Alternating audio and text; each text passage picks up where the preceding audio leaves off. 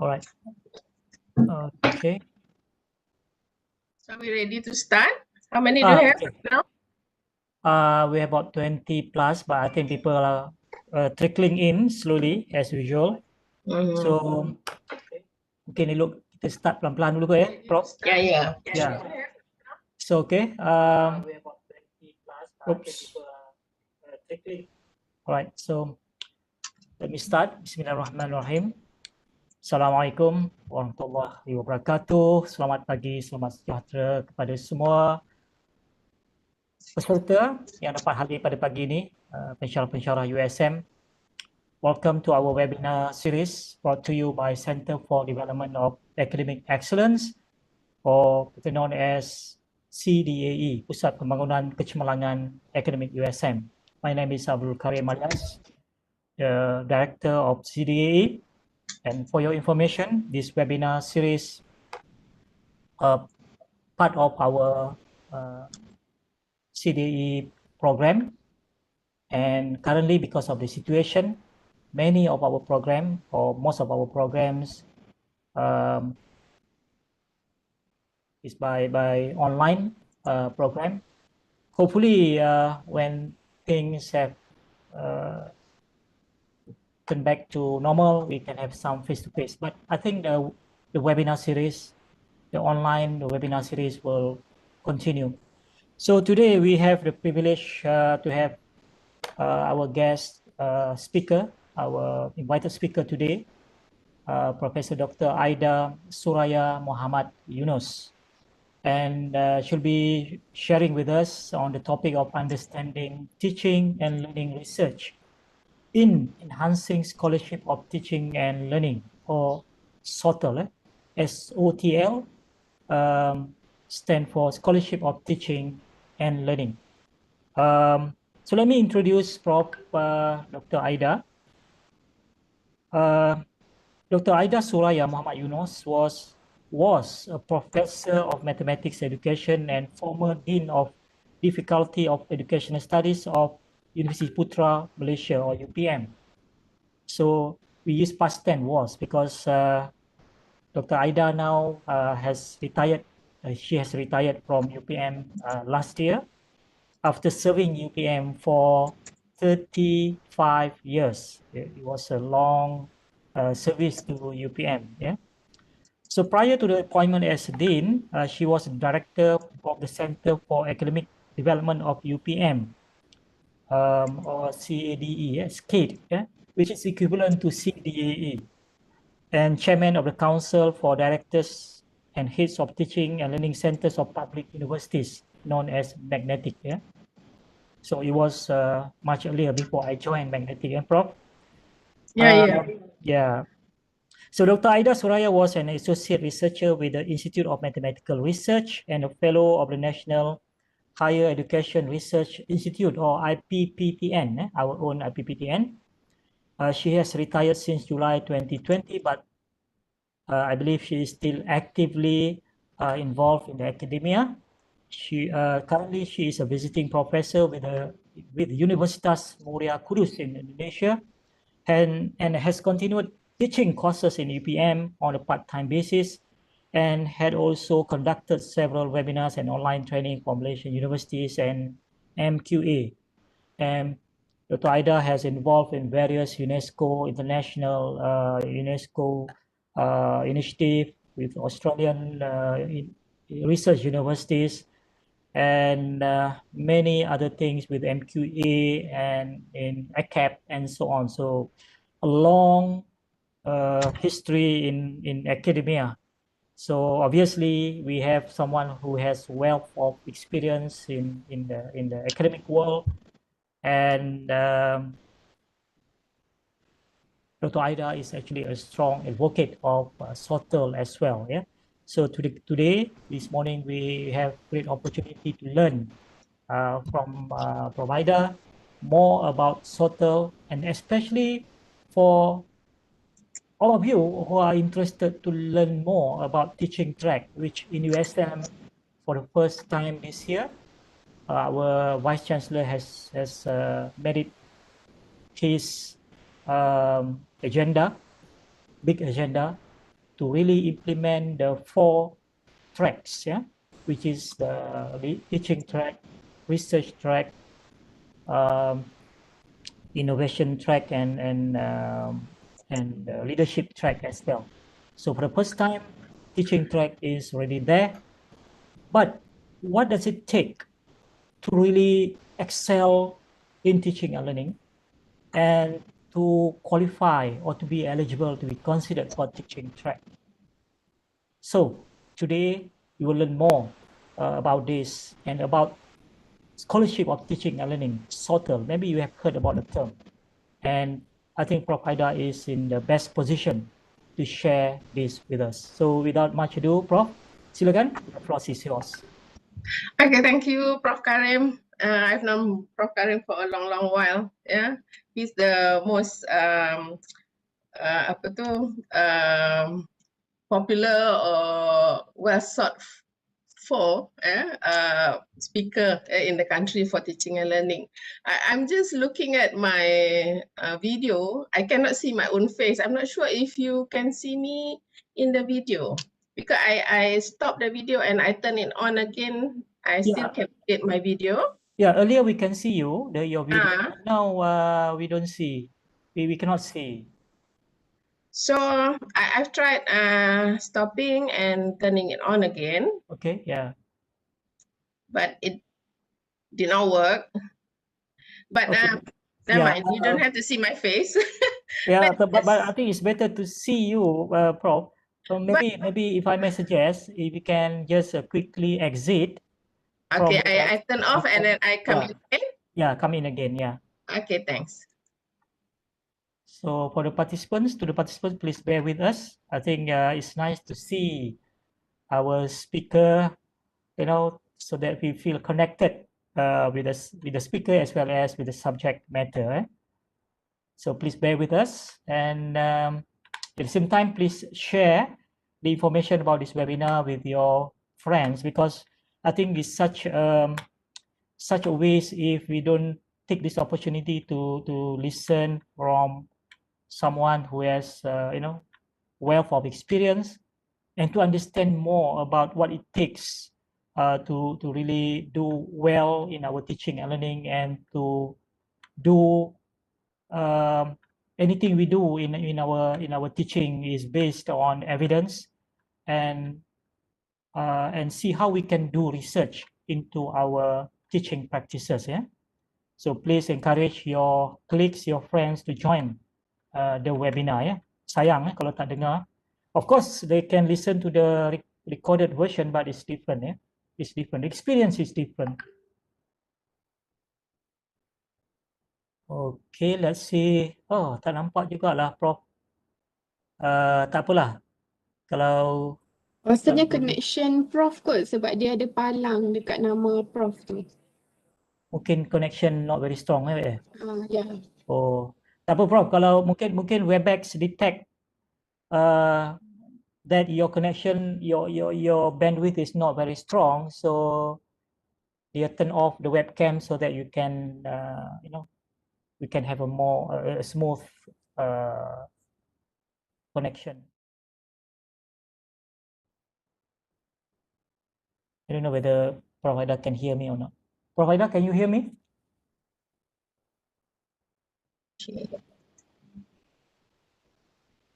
Yeah, Prof. So I think you can carry on. Okay, you can see that, right? You can see my slides. Okay, it's coming up. Yep, we can see your slide, but unfortunately we cannot see you. But it's okay. We can hear your voice. Carry on. Okay, I just go ahead. Transporting lah internet. Thank you, Prof. Karim, for the kind introduction, for Corazana, for the correspondence before we get to settle with the webinar.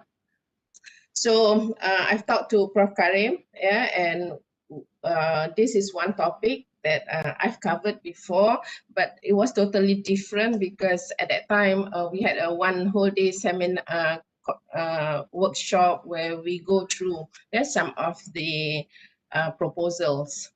Okay, we are going to talk about scholarship of teaching and learning. So SoTL in short. and how do we conduct SoTL, yeah, for us to better enhance our teaching and learning and to improve our teaching and learning. So I write myself as a former professor of UPM. I retired last year in July. So I've been doing some other work, but I'm no longer in office. Okay, so basically what we'll be covering, if you cannot see, just tell me. Yeah? So about what is SoTL, yeah, we don't have to spend so much time on that one, but we will at least have some understanding about SoTL. And to recognize the importance of SoTL work in academic promotion and awards, Prof. Karim had mentioned just now, USM is already coming up with plans to actually have a different pathway, what we call differentiated pathway for academic promotion. And we look at some SoTL works. Because when I was the director for the Center for Academic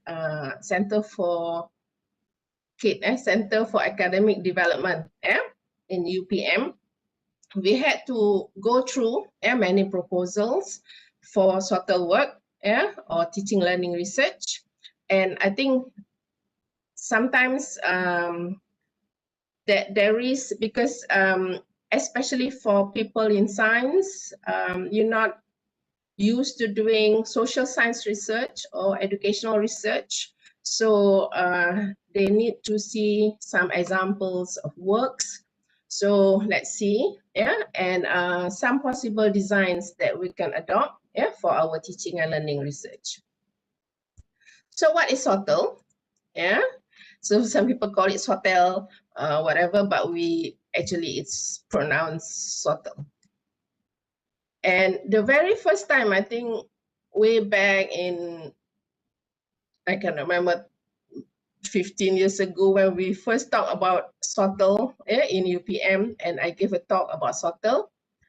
What some of the new lecturers, very young tutors came in, and they thought that I'm going to talk about scholarship that is available for their study. This is not about that kind of scholarship.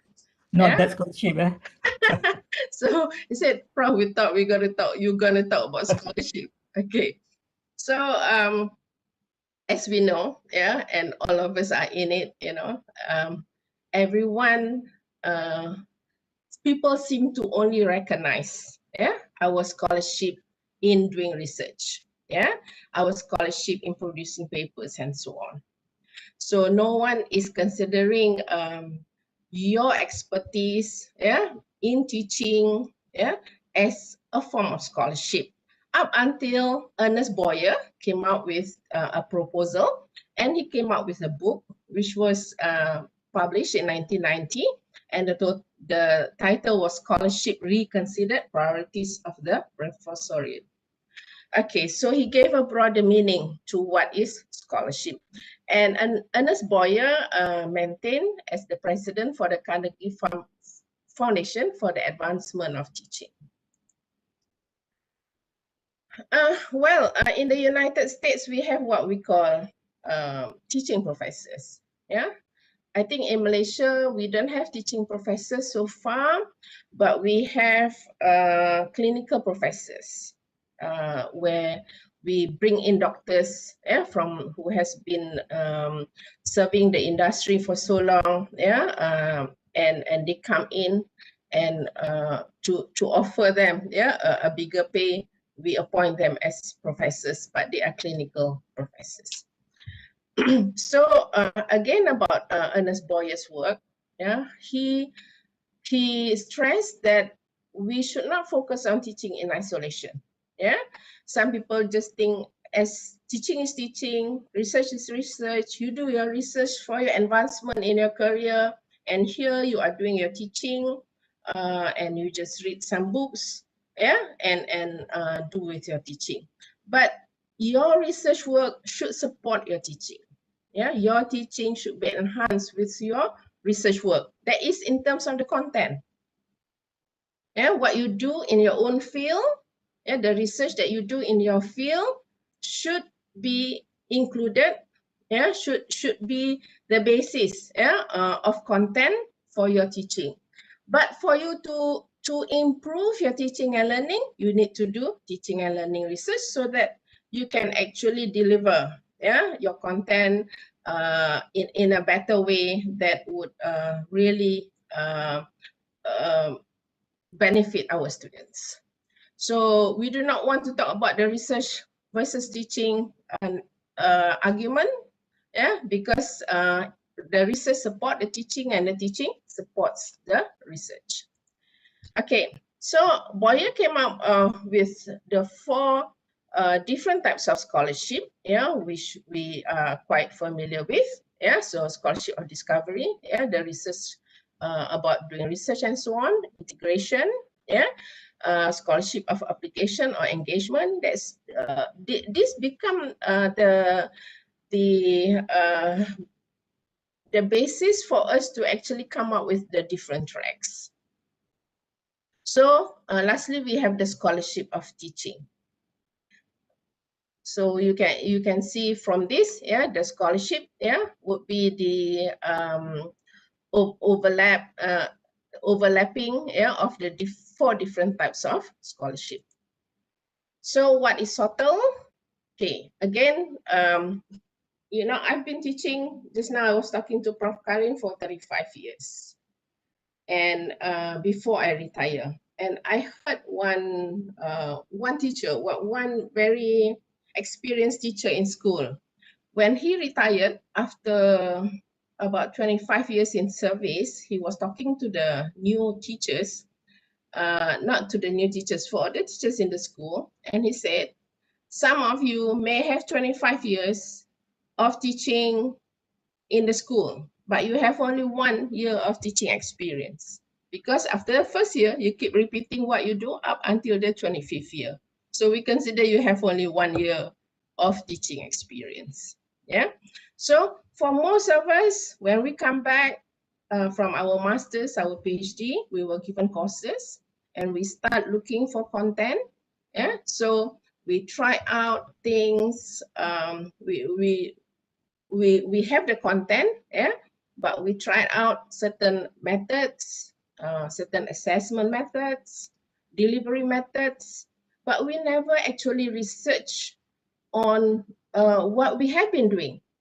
How, to what extent have we been reflecting on our practices? Is our assessment methods beneficial for the students? Does it really help them to learn? Does it really prepare them for the workplace? Does it prepare them for more advanced courses? Yeah, but that's what we do not have. Yeah, the evidence base. Yeah, the evidence to support, yeah, whatever we are doing, yeah, for our teaching, our methods, and to research effective teaching and learning. And when it comes to scholarship, yeah, as we all know, publish or perish, right? So you cannot just do explore on your teaching, do research on it, but put it on the shelf just for your own consumption, for your own understanding. Yeah, it has to be peer reviewed. It has to be publicly disseminated. Yeah. And it has to be done, yeah, as a form of systematic inquiry into our classroom practices. So that is scholarship. Yeah. So being a scholar means you have to do research and you have to publish and share what you have. It's the same, yeah, for our research in our own field.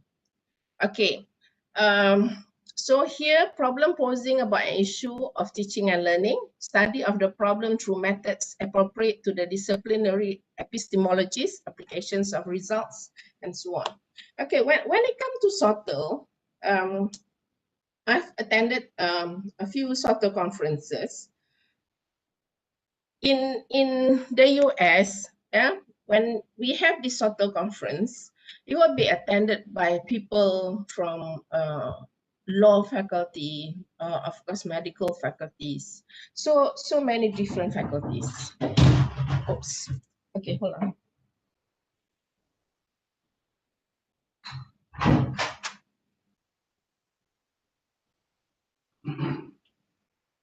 It will be attended by so many different faculty, and they are there to learn. Yeah, so maybe Prof. Karim has explored some new ways of doing some kind of assessment that really helps the students. That we have some students who are really struggling, right?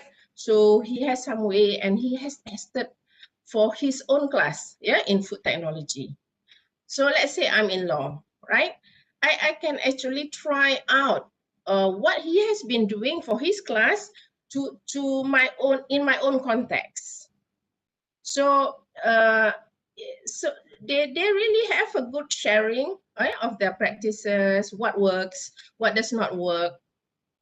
But our and they publish, but their publication is in, if you Google later, we have a lot of SoTL journal, IJ SoTL, iSoTL. Yeah, so are there many SoTL journal, but they are not Scopus index journal. I've checked, I really checked. I cannot find one. Yeah, so because I think the robustness of the research, maybe, because it's a classroom research. Unless you really make it big, in depth, you of course you can publish. Yeah, we have some papers in Pertanika, let's say, that is UPM's Scopus journal. So you have to think about that. Just doing research to help your own, to reflect on your own practices, to improve your teaching and learning, compared to really getting it published in a journal where you can use it as part of your promotion. I'm not saying it's not possible. Of course, it's very possible. But you need to look for teaching learning journals. But the SoTL journal itself, I don't see it listed in Scopus. Okay. So just now we have talked about SoTL. So we have what we call here SoTL, Scholarship of Teaching and Learning. Here we have what we call scholarly teaching. So knowledge about teaching and learning. So when you come in, as a new lecturer, let's say, you have to attend courses at CDAE and so on. So you have the knowledge about teaching and learning. And as you move on over the years, you modify your pedagogy, you reflect on and discuss student learning, you assess the pedagogy, you are actually doing scholarly teaching. Because you read about what you need to do to improve yourself in your teaching. But if you actually collect data, obtain feedback from peer, from your papers, you present your results, and then you publish, then only it will be considered as part of SoTL work. So SoTL would require for you to do a formal research on your practice and to publish on it. So here more about SoTL. I'm not sure about USM, but this is what I can find in the web. So some Malaysian universities are starting to give a SoTL grant. The grant may not be big, but there are available grant. Even when I was with Kate of UPM, we had negotiated with the TNC of research to give us funding. He gave us like 200,000, 300,000, and it was for Kate to actually call for proposals, and we go through based on certain themes that we thought was important for them to highlight for that particular year. So okay, so you mentioned here you have academic research grant also in USM. Okay, so in UPM we call it GIPP, Grant Incentive Pengajaran Pembelajaran, and in UNIMAS they have the UNIMAS SoTL grant. Okay, So about SoTL, it's to deepen and broaden the foundation of teaching practice, and it focuses on pedagogical practices and behaviors of students. Okay. So let's say at one time everybody was talking about flipped classroom, right? So how many of us did real study to look at whether or not flipped classroom is indeed an effective method of teaching? Because I've heard, like at that time I was it was in Asahel, I think one of the Thai speakers was said flipped classroom. I remember that so well when she said flipped. Okay, so and I also listened to many people who said I gave up with my flipped classroom because my students do not read. Yeah, so I give them something to read in advance. Yeah, and the class is supposed to be more for discussion and more of how we stimulate their thinking. Yeah, but if they do not read, yeah, it's gonna be hard for us to actually conduct the flipped classroom. Yeah, so was there any formal studies that was conducted so that we know how to improve our flipped classroom? So this is where SoTL will come in. Yeah, when let's say you do your research on flipped classroom, yeah, in your area, it will also be something that I can ponder on, and I can look at your suggestions and I can include that in my own classroom. So let's say you find so you have to be able to provide evidence. Yeah, so I mean from the study, yeah, they say that students are more aware of their own learning. Yeah, and then drop, fail, withdraw rate, yeah, decline. Yeah, in University of North Carolina, Charlotte. Yeah, students' grades on assignment and so on improve. Okay, so then they make suggestions.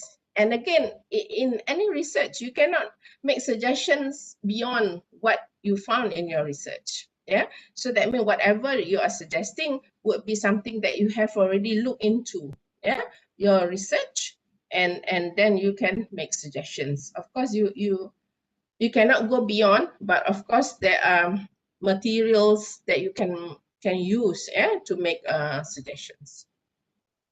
So what is suggested after the research on flipped classroom was for lecturers to augment videotape lectures, put in online chat, self-check activities, and so on. So these are, and then complete a blog or discussion post, ask them to create photo essay, take home practice exercise. Okay, so these are suggestions. Yeah, so that's what we, just like in any of our research, yeah. So we do research, we get our findings, and we make suggestions. In teaching and learning, you will have suggestions for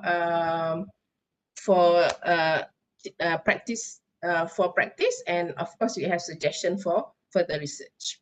Yeah. So what can you suggest? Yeah, in terms of improving teaching and learning practices. So that's why we would need, for us in academia to keep on working and improving our teaching and learning, by doing SoTL work. Okay, so this is again, in terms of the role of SoTL. So just now I've mentioned the term here, scholarly teaching. Here is SoTL. So in SoTL, it will require peer review, presented, published. You may want to conduct meta-analysis. Let's say now we are all doing online learning. There are many ways of doing online learning. So there are many research that have looked into this. Yeah. So you may want to analyze in terms of the content of all the findings. Yeah.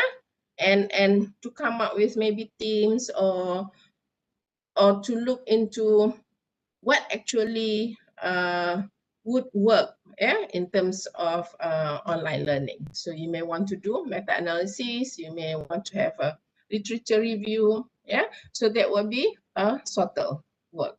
Scholarly teaching, yeah, you want to attend conferences like this, right? You read about how to teach, yeah, how to assess, and you use that in your classroom. That will be scholarly teaching, as compared to someone who does not even bother to read about how to teach, yeah. So the practice of teaching, yeah, which is more informal, maybe in terms of a course development, curriculum design, teaching portfolio award, and so on. And here we have sharing about teaching, yeah, it's still informal. Prof. Karim does a lot of this, yeah. I'm really amazed at his work. Yeah, he has blogs, he writes a magazine article and all kind of publication and essays, yeah, on teaching, yeah. So that is sharing about teaching, yeah. But for you to do SoTL, right, you need to have real research and you need to disseminate and share with others. Okay, so there are related concepts of SoTL. Just now we're talking about good teaching. Yeah, a lot of us are doing good teaching. Just now I had mentioned about scholarly teaching. And lastly, we talk about SoTL. Yeah, where do scholarly teaching plus systematic study of teaching and learning, public review and sharing and evaluation, and is used by others. Okay. So here there is, I found this in the Rochester Institute of Technology, yeah, when they look into SoTL. So maybe it will also benefit us, yeah, before we embark on SoTL research, to look into this, what do you call, what do you call this, a table, not a table, okay. So here we have in terms of the impact, yeah. Here we look at it in terms of the scale, yeah. So does it has high impact? So and does it can be done on a bigger scale? So we look at the top right, yeah. So this is what we want to focus on. Let's say the example here, any teaching strategy or approach that has demonstrated quantifiable gain. Because sometimes there are things that we do, but it's not something that can easily be adopted by others. That means scale is low, right? Maybe it does not have big impact on students' learning. So we need to use some kind of criteria to determine if our SoTL research, yeah, will have impact, yeah, on teaching and learning at large. So for example here, classroom assessment techniques, yeah, it has been shown to have positive impact. So you may want to come up with some innovative practice on how to do formative evaluation, yeah, in the classroom. So the scale is going to be high, the impact is going to be high. As compared to, let's say, if you see here MOOC, yeah, some of us have been working on MOOC, yeah, have yet been shown to positively impact student outcome or the student's experience, yeah. Okay, so here the impact may be high, yeah, in terms of MOOC. Sorry, the impact is low, yeah. The scale is high, yeah, for MOOC, yeah. So a lot of us have been working on MOOC, yeah, and it was a tall order at one time that every university have to complete MOOC courses. So how many research papers can we see about the effectiveness of MOOC? And of course, what is more important is not whether or not it's effective or not effective, but about the suggestions that is made on how to make MOOC more effective. So that when you develop your MOOC courses, then you can integrate all these suggestions and elements, so that it will improve your MOOC. So here, let's say, here is low impact, low scale. Let's say the use of tablet. A lot of us are researching on use of technology. It's good, but of course it has some limitations, because not everybody is going to have this kind of gadget, and then maybe bandwidth is still very poor in certain areas. So that's why it's considered as low impact and low scale. Okay, so this is just something for you to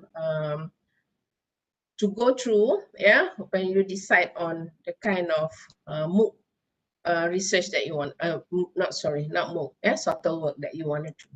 Okay, so we have talked about SoTL just now. So we have understanding about SoTL. You need to do your research, teaching learning research, and you need to publish, and you need to share, and it's a reflection of your own teaching and learning. So we are going into the second section, recognizing importance of SoTL work in academic promotion. So I not sure whether or not to put this in. It's sad, because a lot of us put in so much effort, into the Malaysian Blueprint. Maybe Prof. Karim knows to what extent all of these 10 shifts are adopted. I hope it's not dismissed. So if you look, actually USM this year, I think we have started this teaching track. So it's better late than never, right? Yeah. We did that. I remember the slide that you are showing now, the Boyer Scholarship of Teaching and Learning. I remember that I was the one who actually raised this idea about Boyer's model, and we put this in our Orange playbook. Yes. Prof. Karim has been very much involved, with the blueprint. So in UPM, actually, it was maybe in 2016 or 2017, we asked our lecturers to actually identify which track they are going to work on. And they can only change the track once they have been promoted. Let's say if they are already they are applying for associate professor under, let's say, teaching track, and after that they decide to go into research track, they can only do that, make that change, make a new selection after they get their promotion. So I think it was 2017, because I was the dean in 2016. So we had to look through and endorse, the different pathway, that our lecturers were choosing, for their promotion track. So that's the career pathway, and don't be scared about this. That's why I was saying, whether or not that was the initial idea. So the universities had adopt this just in terms of the idea, but not in terms of the weightage, for how much teaching for each of the different pathway. But let's say for teaching pathway, if I remember offhand, let's say in UPM, they are expected at least to come up with for associate professor 2 or 3 papers. For teaching and learning, they have conducted teaching learning research, but they also have to do research in their own field. So that is the problem, because all this while grants are available for research in our own disciplines. yeah, but not many grants are available for teaching and learning. So let's say I'm in chemistry, right? So I've been doing research on chemistry and I got grants for that. Yeah. So how much grant is available, and have you been doing research on the teaching and learning of chemistry? So you need to have a few of that for you to actually choose to apply promotion based on the teaching pathway. So I find that it's difficult for some, yeah, but of course the people in education, a lot of them had chosen the teaching pathway because some of their research is already teaching and learning research, but not really teaching on their practices. It's more of educational research rather than teaching learning research. So I was quite skeptical that they were choosing this pathway and they may not, fulfill all the requirements. So of course it will be a plus if they have won Anugerah Akademik Negara, if they have already come up with textbook for higher education. We don't consider the school textbook for higher education that's being used. So that will be a bonus, yeah, for them. So to me, the teaching pathway is quite difficult to fulfill, yeah, some of the criteria. But we do see that a lot of our lecturers had chosen, yeah, the teaching pathway. So that's where we said, if you want to do this, you have to focus on your teaching learning research. You have to start applying for the GIPP grant, yeah, secure a few of that, and you have to have papers. And you're not only going to write about chemistry, but you're going to write about teaching and learning of chemistry. Provider, Mm-hmm. can I interject you at this point? Sure. There's a question from Dr. Chan Xiao Yi. How to tackle this direction in seeking education grant while we are sitting in our discipline? So The meaning moment, that, yeah. Okay, like I think the culture, like in UPM, when we started in 2017, I think the culture is there already for those who applied for the teaching pathway. Yeah, so they will make sure, yeah, they are going to co-op with certain with a few others, yeah, secure some teaching learning grant. But you yourself, before you choose your pathway, you should know whether or not your research inclination, your research interest. If you're really not interested in teaching and learning, I'm sure you're not going to apply for this grant.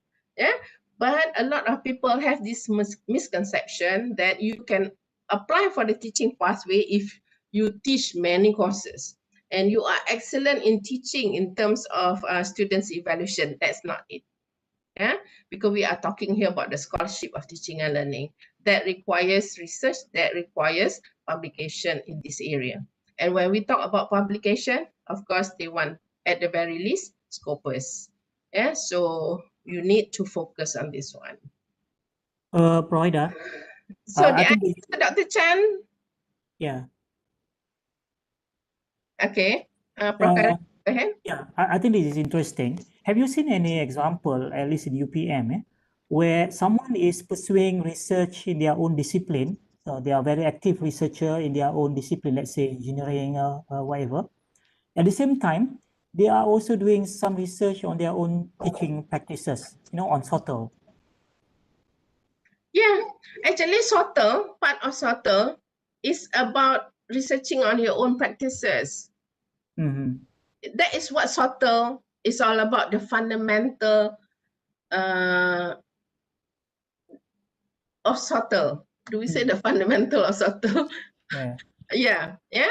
That means the research is on researching on your practice. So you are trying out a new way of assessing students, yeah, by giving them quizzes in small chunks. Let's say you decide, every day I'm going to give you a small quiz, and I think it's going to help the students more rather than having one big midterm, let's say. So I want to test whether or not it will really help the students. Then you have to think, how do I go about doing this? Because I cannot compare with another group. You don't have a comparison group. You are just trying it out on your own student. So maybe because you don't have another group to compare, you do it this way for this particular group of cohort. For next semester, you try a different way for a different cohort. But it will be also difficult for you to compare because the different cohort start off having different background or base in terms of their basic competencies may be quite different. Yeah, they do not start off having this on the same level. Yeah, so so that's the difficulty in doing that kind of thing. So is it fair if I have like 50 students in my class? I break them into two groups. One is my control, one is my experimental. For my control group, I'm going to give them the small chunks of quizzes. The other one, I'm going to give them the big midterm, yeah, and so on. Different kind of assessments. But that won't be fair, right? And we are going to have problems in terms of what you call when we are audited. Yeah, why we have different. For different group of students, yeah. So different treatment for different group of students, and you have to go through the ethical committee also, yeah. So would it be fair for the students who have undergone the small quizzes and as compared to the one with the big big assessment, yeah.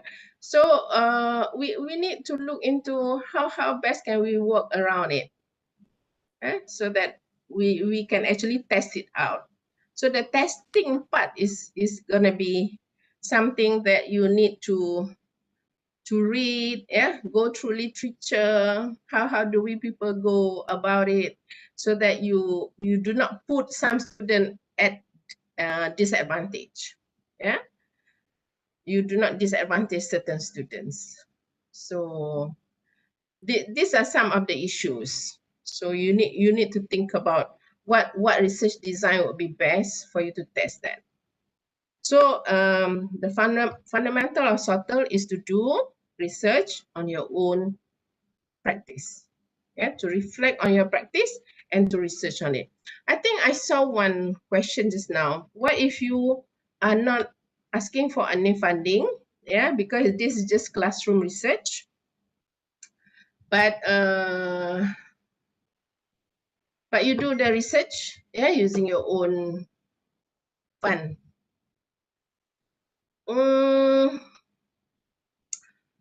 Well, you will produce papers for sure, yeah.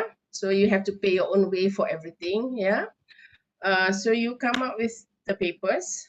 So hopefully you get good papers, yeah. But you don't have the research element because your research is not something that is formalized, yeah, not something that will be recognized by the university as a real research because there is no funding for it.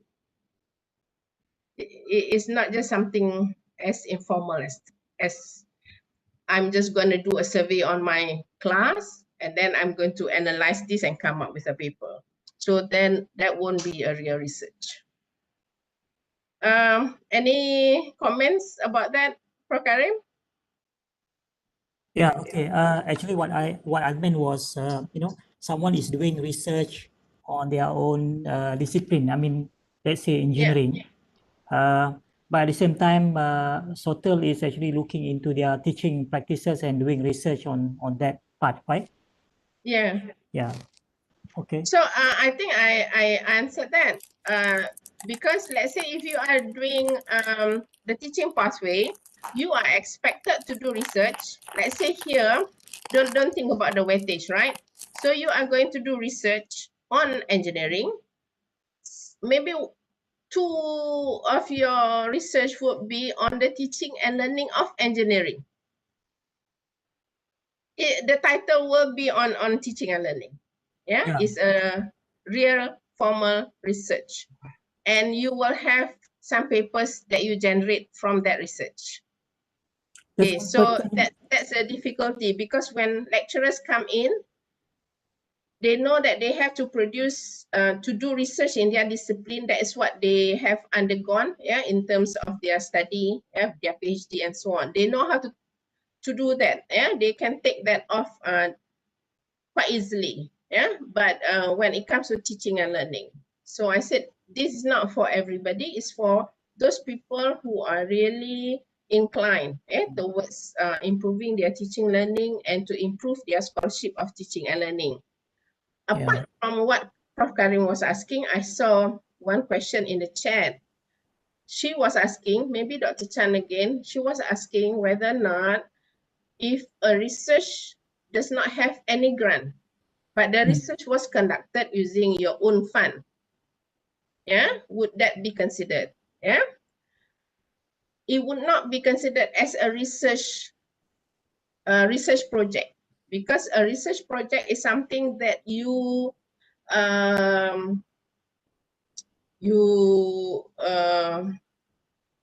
that has to go through your research management center, yeah, and you will need to register. So it's a registered research, yeah. Whatever research grant that you get, yeah, from internal or external funding, usually you will have to register with your RMC, yeah, and how much grant that you actually secured, right? So that is considered as a research project, yeah. So if you are doing research without any grant, that would not be considered as a research project. But what about action research, Prof? There's a question from YouTube. Can action research be part of SoTL? Yeah, it can be. Yeah, it can be part of SoTL, but the action research will need many cycles for you to reflect and so on. Yeah, so if it's robust enough, surely you can come out with good papers even on your action research. Okay, so if you have the papers generated, yeah, from your work, either you're doing action research in your class and so on, you can get the papers, yeah, but you do not have points for research project, yeah, and you need to have some research project that you lead, yeah, in teaching and learning, yeah. That's what the teaching pathway, is going to be focusing on. So I put here initial draft, yeah, because it was from the initial draft, and I know it did not materialize in certain HEI. So it's good, yeah, that USM is taking into account, yeah, our the expertise and the different expertise that we have in our institutions, yeah. We need to celebrate, yeah, the different expertise that we have. Okay, so this is again a draft, yeah. So it is just you can look at it, yeah. But actually, I'm scared to share because different universities have a different set of criteria, yeah. But what is important is that you differentiate, yeah, between the different pathway, yeah, and what is expected. Like here, yeah, just to share, yeah, this was the initial one, and grade 54 teaching, yeah, teaching track, you need to have 10 publications in teaching and learning, yeah. This one we did not agree, yeah, because let's say for research track, why should you have publication in teaching and learning? Yeah, it should just be in your own area, yeah. So that's why this is draft. Okay, let's just keep some of this. Okay, so we have looked at the importance, yeah, of SoTL work, yeah, actually as an academic, yeah. SoTL is very important. You cannot go on teaching, yeah, without reflecting on what you do, without putting in more effort into improving, yeah, teaching and learning. So that's why if we don't have the kind of the different pathway, yeah, we are not celebrating, yeah, the different expertise, the different specializations or talent. Yeah, we celebrate different talents. Like we have some people are let's say promoted for teaching and learning because they really show how good they are. They show their scholarship in teaching and learning. So I just want to highlight also that SoTL work is also very important. Prof. Karim knows this better. He has been standing as the judge for the Anugerah Akademik Negara. You can see, but this is the older version, AN 2010. This is something that you can get from the website, the newer one. So here they need to see inovasi dan creativity in PMP, penggunaan inovasi, kesan inovasi. Here's the teaching. Here is the research. Research on your own area. Hasil penyelidikan dan penerbitan yang diguna pakai dalam pengajaran. This is your SoTL, penerbitan yang berkaitan dengan pengajaran dan pembelajaran. So we really look into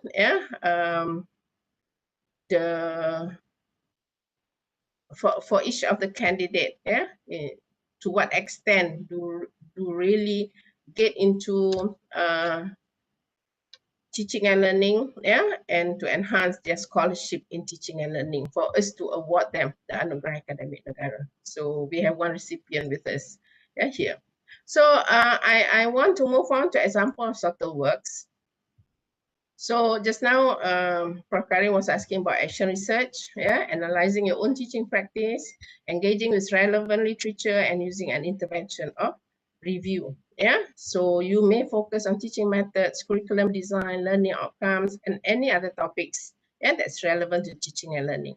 So I have a few examples. I like to get people to learn from examples, because if you don't see what it's all about, it's hard for you to actually see what is required in doing this kind of research. I didn't get the comments now from Dr. Radia or something. Okay, one is a true experiment. There are many research actually that is based on true experiment. So I will highlight to you, but this is actually my own student. He did, but this is for school student, but we can see it in terms of how it was conducted. And then we have what we call a quasi experiment.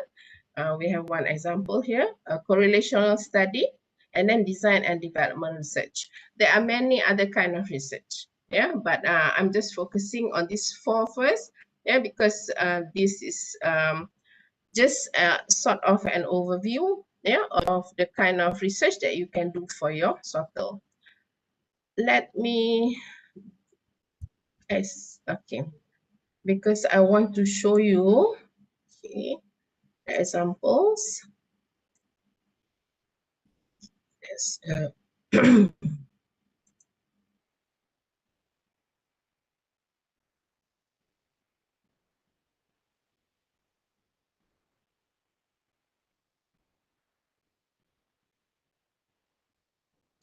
Okay. So first we look at this one. Are you showing a web page now, or web page? Or we don't see the web page. I think you have to share. I have to quit sharing first, then I share again. Is it? Yeah, you can share the screen or can share that particular application. You're using Chrome, right? Oh. Yeah, I think you stop. Yeah, now we can see. Okay. So this one is the one that is the true experiment. So one thing about the educationists, they write to write. So sometimes the thesis is so lengthy.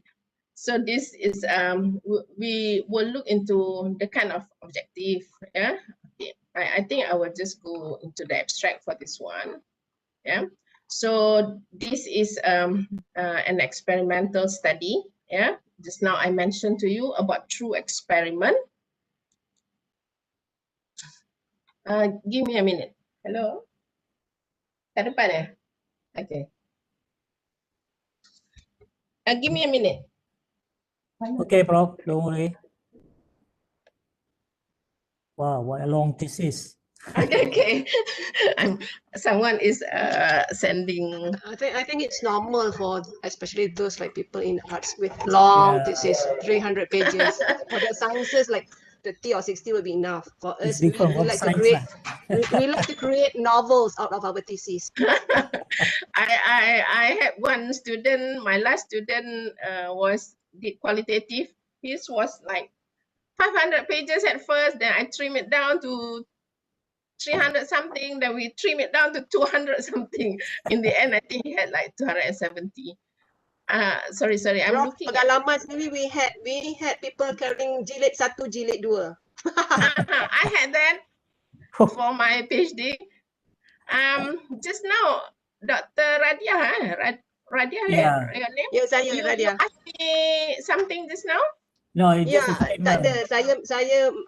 Saya cuma berkata tentang bila Prof kata kita celebrate all the differences. Tapi The different talents. Ya, but realitinya kadang-kadang kita rasa, saya tak tahu orang lain, saya rasa kadang-kadang kecewa juga sebab akhirnya ialah yang kelainan yang kita raikan itu ialah kelainan yang hanya bertaraf global atau kelainan yang bertaraf akademi anugerah akademi negara. Jadi kalau kita berpegang kepada teaching and learning, beria mengajar teaching and learning pada masa yang sama buat research, buat penulisan, akhirnya ialah kita kena sampai tahap teaching and learning itu macam apa yang Prof Karim dah sampai, dapat apa yang Prof kita Aziz tak dah expect dapat. pun sampai anugerah akademik negara. Tapi sebab How many people faham just Prof, sampai faham. anugerah akademik negara? Ya, saya faham tu, tapi kadang-kadang ada orang yang berpandangan selagi kita tak sampai ke tahap itu, maka kita tidak layak untuk diraikan. Untuk memohon teaching track.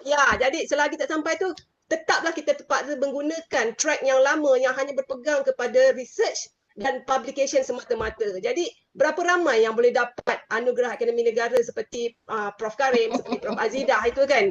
Nak menangis nak dapatnya, bukan kata nak mengajar dalam keadaan sekarang pun dah menangis, apatah lagi nak menghasilkan sama level dengan mereka berdua.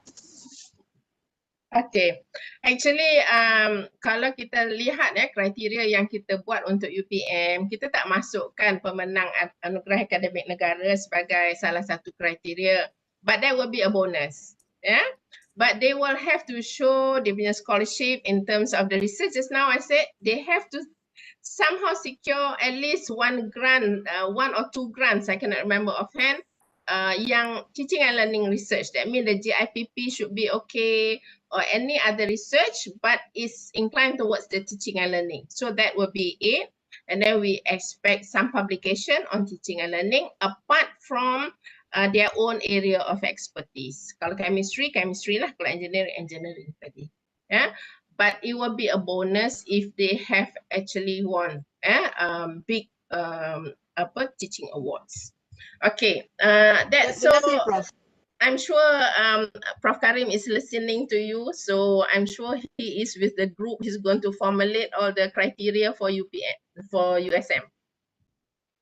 Okay, so just now, we just want to see, about the first example I'm going to show you is about doing an experimental research, for your teaching and learning.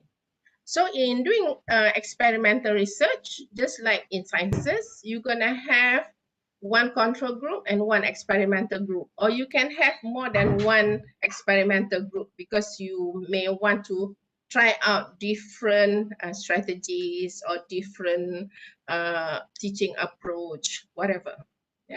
So here the student that I had, he used the randomized pre and post through experimental design.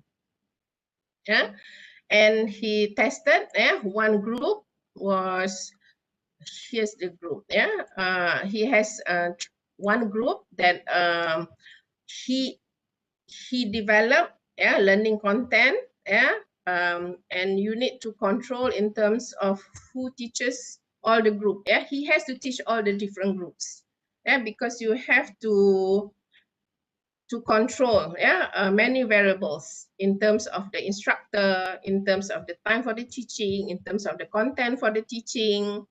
The difference is only in terms of the approach.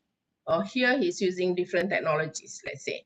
So that's going to be the only difference. So that is the difficulty in setting up the experiment. And you cannot just like have 1 or 2 sittings and after that you collect data. It cannot be like that.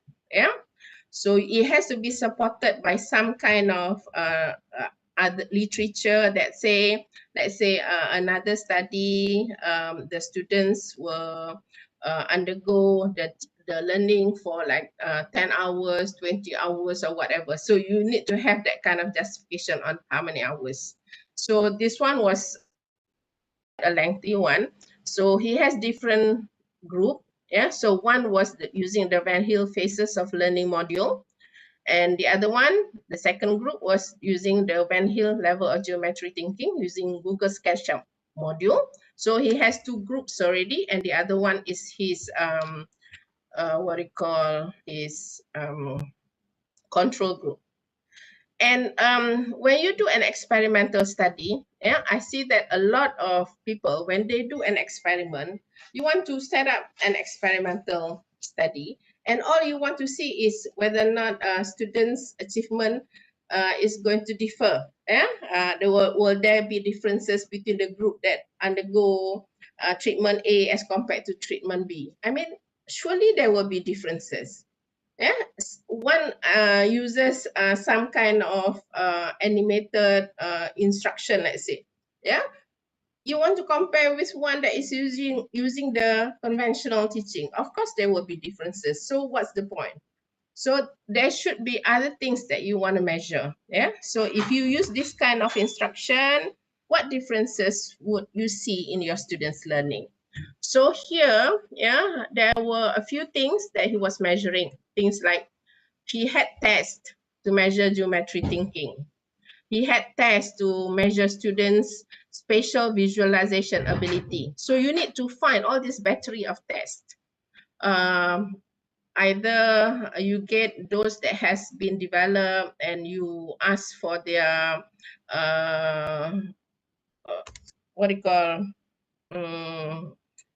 for them to allow you to use it.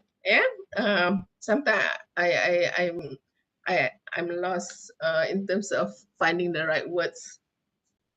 Okay, and he also measured conceptual knowledge. So he has to dwell into that. What is conceptual knowledge? How to measure conceptual knowledge? Conceptual knowledge just for geometry, how do you measure? And then he measured procedural knowledge. And you have to have reason why you want to measure all of these things. So if you just now you're using different kind of modules, why do you want to measure all this? So that is where the theory that you use for your research will show that actually will have some kind of connection with what you want to measure.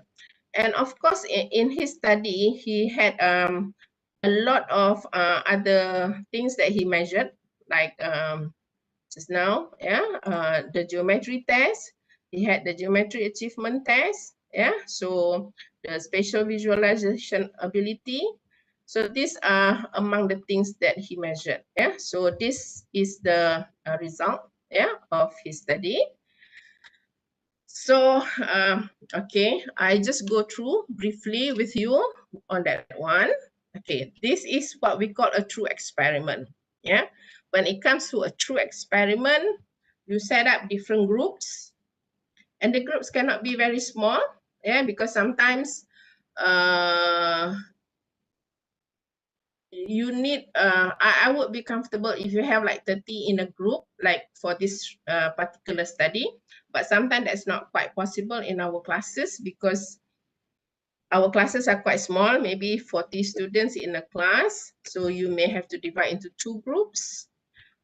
just now I already raised certain concerns about the ethical, whether or not it's ethical to have our students who will be graded, yeah, to actually undergo different instruction, yeah, different methods of instruction during our class time, yeah?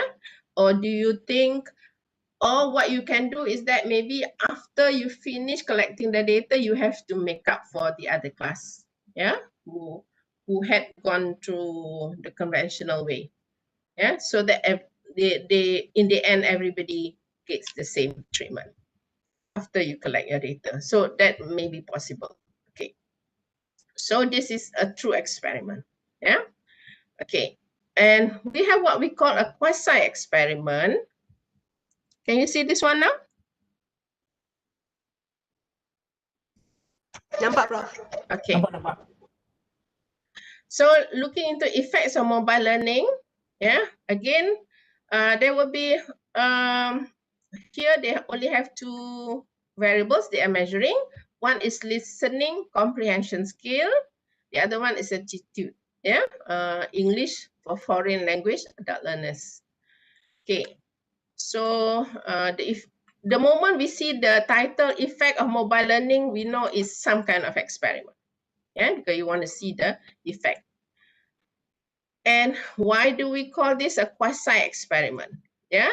So just now I introduced the word true experiment. Yeah. This one is a quasi experiment.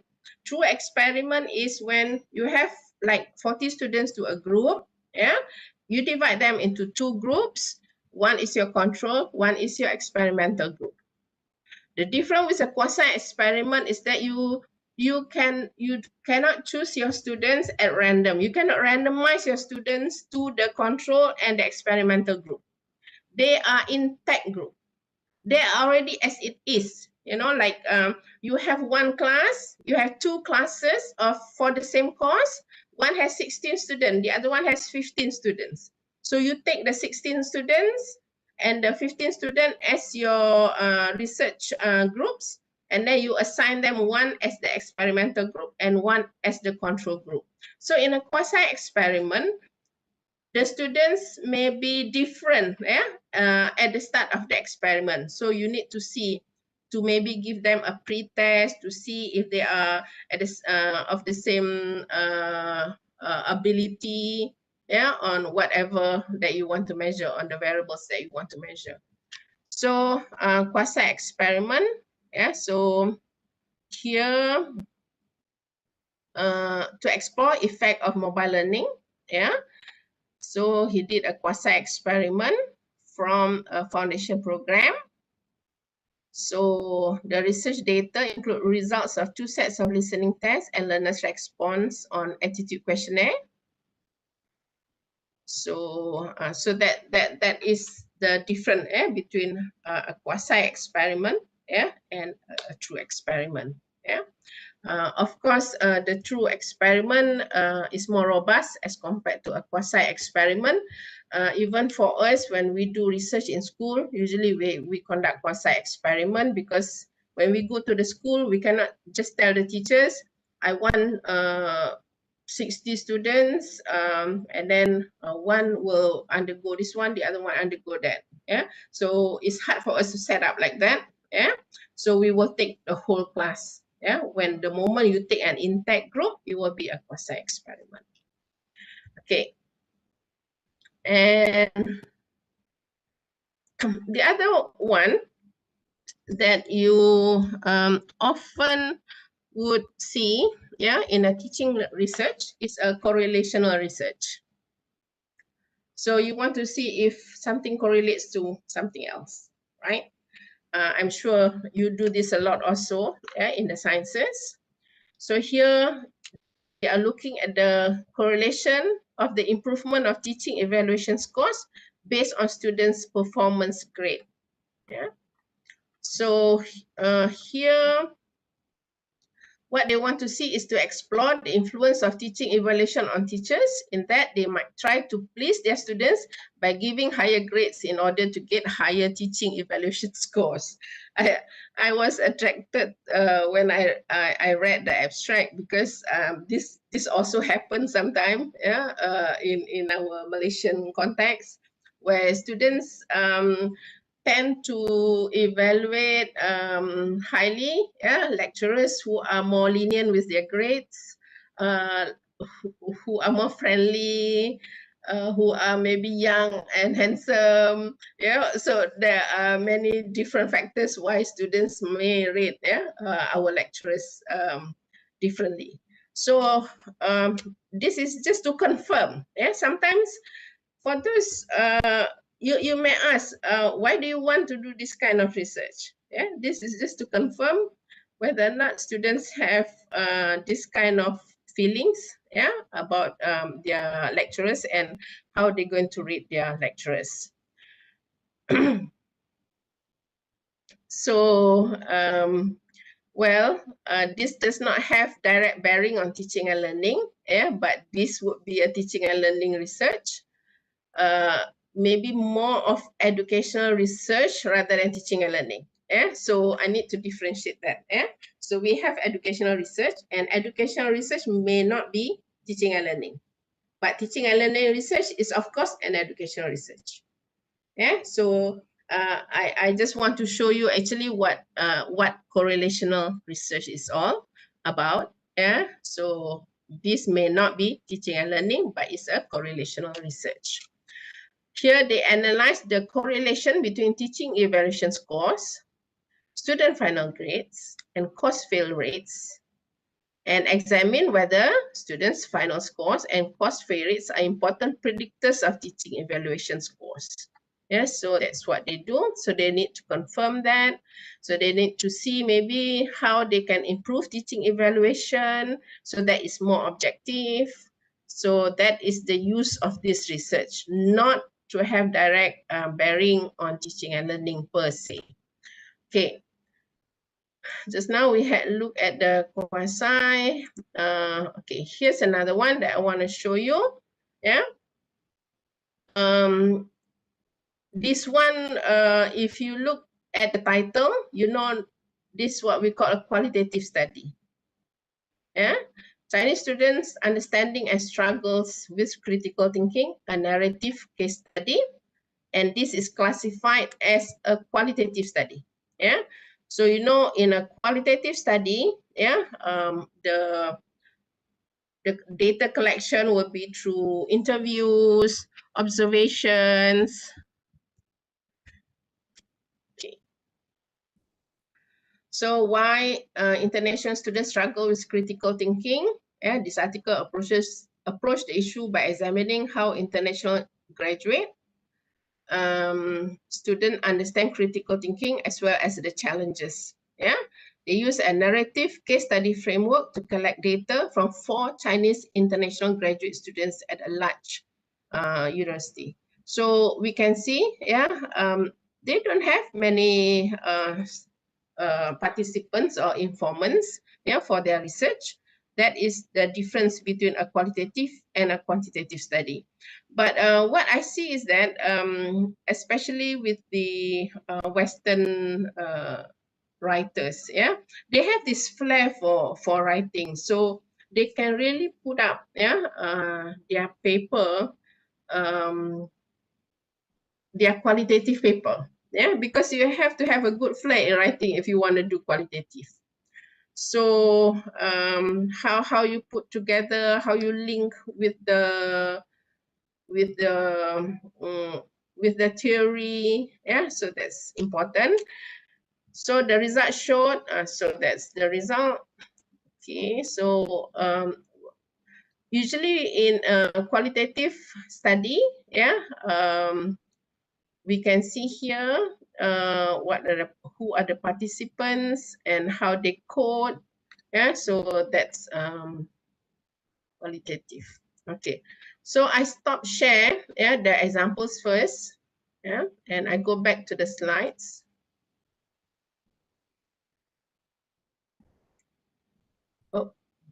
Any question at this point? A quick question on the examples shared by provider. Okay, I think everything clear. Okay. Now can you see the slide? Yeah, I can see the slide. Okay, go back to the slides.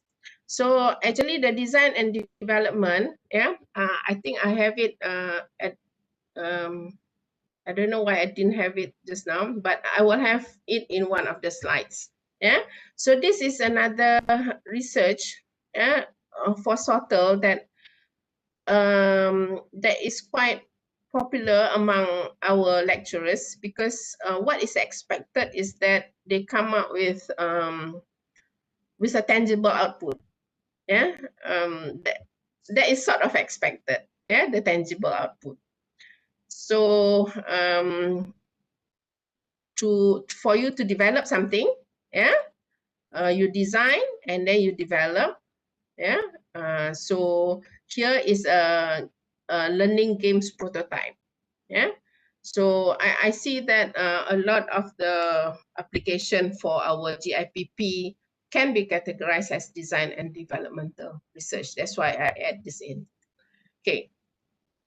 Okay, these are more examples of Soto project. Yeah, so this one was quite a long time ago. We tested the webcast technology. Yeah, so we had students in different groups and we measured, looking at students' attitude and approaches to online homework. Yeah, so we do online homework. This was before the COVID-19 pandemic. Yeah, some of us had been doing online homework, but we did not really test out. Yeah, we did not really research whether how is the students' attitude and how do they approach online homework. So there need to be a research, yeah, for us to really enhance this kind of homework, and giving students a choice of homework assignment. Yeah, as I've said, this Soto research is research where you reflect on your practice and to see whether or not what you are trying out really benefit the students, right? So let's say for that semester, I want to try out, I want to give students a choice for their homework assignment. Not everybody is going to get the same assignment. I'm going to give you a choice. So I need to test out whether or not what I'm going to do will really benefit the students. Yeah. So here it said we have offered students a choice and their final assignment worth 10%. The assignment provides students with either an project or software application-based project. So they wanted to look at the motivation that drove students to make the choice they did and the impact of their choice on their assignment grade and overall performance on their course finals. Okay, so that is one research. This one came up from our Pertanika. Yeah, grammatical gender miselection and related errors in French writing. Yeah, so that can be done. Okay, an experience report on using gamification in technical higher education. With effect of board game or speaking ability of low proficiency learners.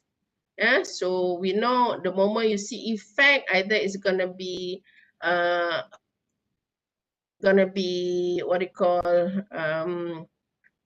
experimental, yeah, some kind of experimental design. Yeah, this is pre and post treatment speaking test. So the result from the experimental and control group. So the moment you see effect, it will be experimental design. Okay, so we have looked at a few examples, yeah, of Soto research. Yeah, we just go through the abstract just to give you some ideas. Yeah, so next we're going to move, yeah, to the designs of teaching and learning research. And there are actually there are so many different designs. I'm just going to focus on just a few, yeah, just to give you some idea about those kind of designs. So when we started, we want to get started with those SoTL work. Of course, you need to think briefly and state an issue. Yeah. So coming up with a problem statement. Yeah. What is it that you want to work on, and for what reason you want to work on? What is the gap there? Yeah. We have been teaching our students about the gap. Yeah. That warrant you to do the research. It is the same thing here. Yeah. So what do you do and ways to study? Yeah. We want to find out if certain methods work, yeah, for our students, and how do we go about, yeah, doing the kind of research. So you need to look at existing literature.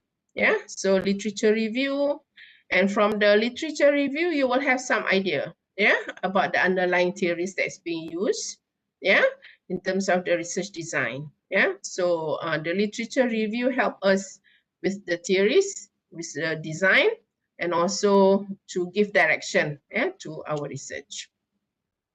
What information do you already have? What do you need? Yeah. What research strategies, yeah, time frame that you have, possible problems that you may encounter, yeah, how do you obtain resources, ethical issues in doing the study. Yeah. Now you need to have approval from the ethical committee. Okay, I saw sometimes the chat, you know, it just come out for a while. I hardly have time to read and it's off again. Okay, ways to obtain peer feedback and to make the work public. Okay. So research process, I think, is quite similar, yeah, to science, yeah, social science, educational research, yeah, and science research.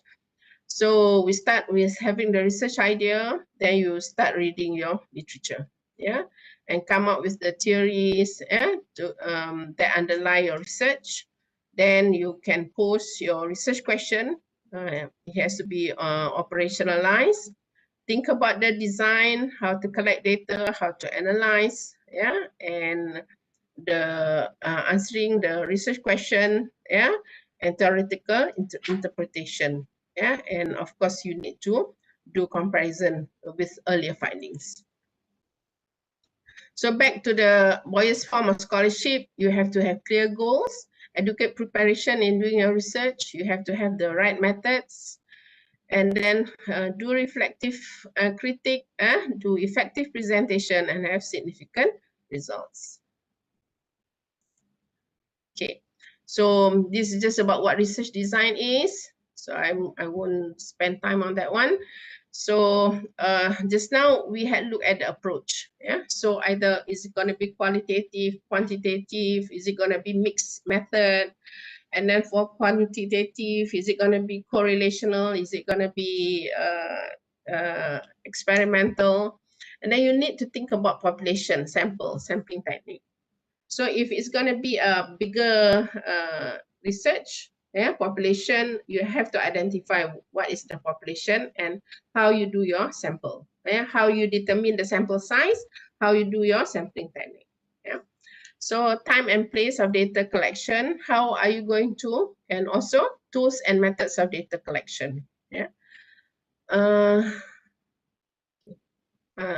was one question or remarks, yeah, from Prof. Karim that did not manage to read. It comes out just like for a while. Yeah, actually there's a question, but I think maybe we can Save it for later. Yeah, save it for later. Yeah. Okay.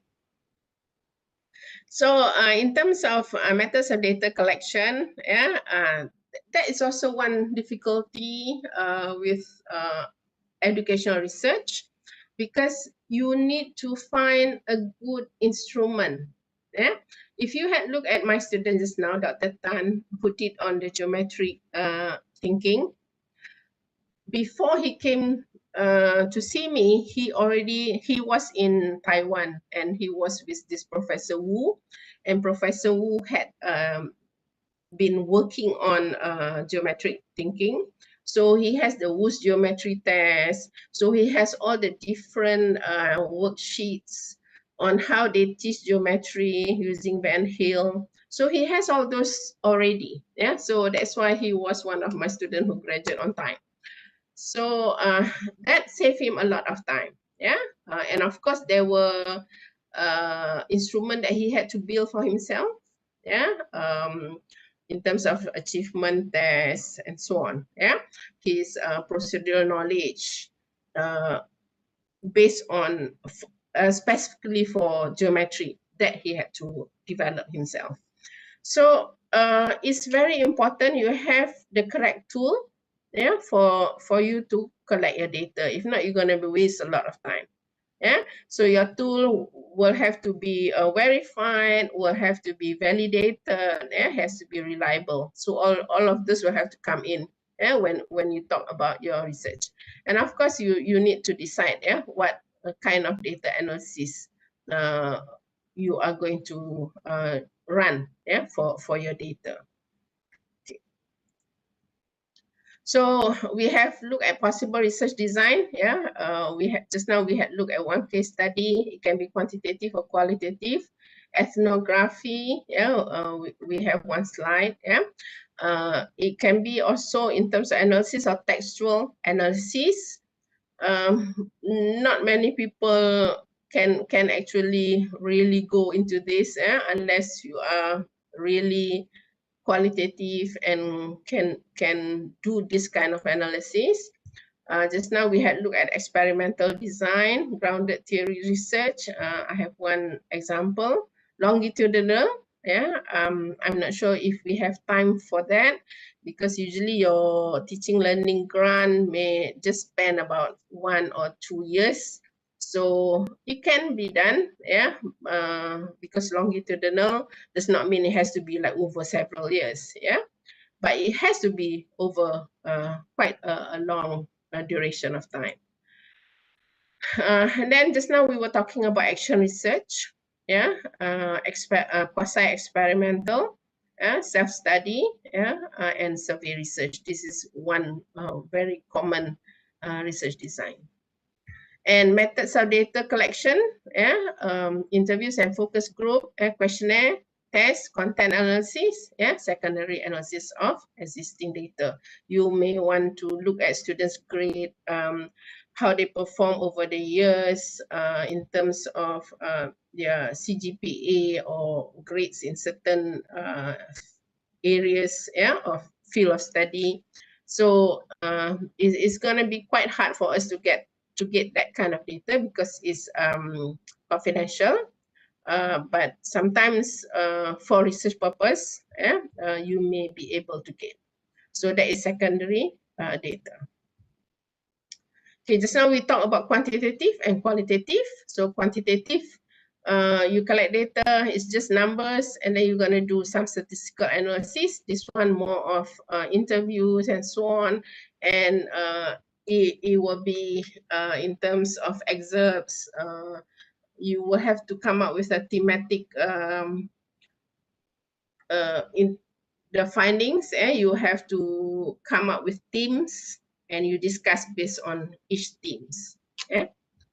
Themes, T-H-E-M-E. Okay. So here again, differences between qualitative research design and quantitative. I don't think I have to read this out. You can go through, so in terms of the purpose, the kind of data, the forms, the results, results where you can generalize the findings here based on particular findings, less generalizable. That is for qualitative research as opposed to quantitative research. Okay. So we look into types of research design. Just now we have looked at quantitative research design, experimental research design, no bullet here.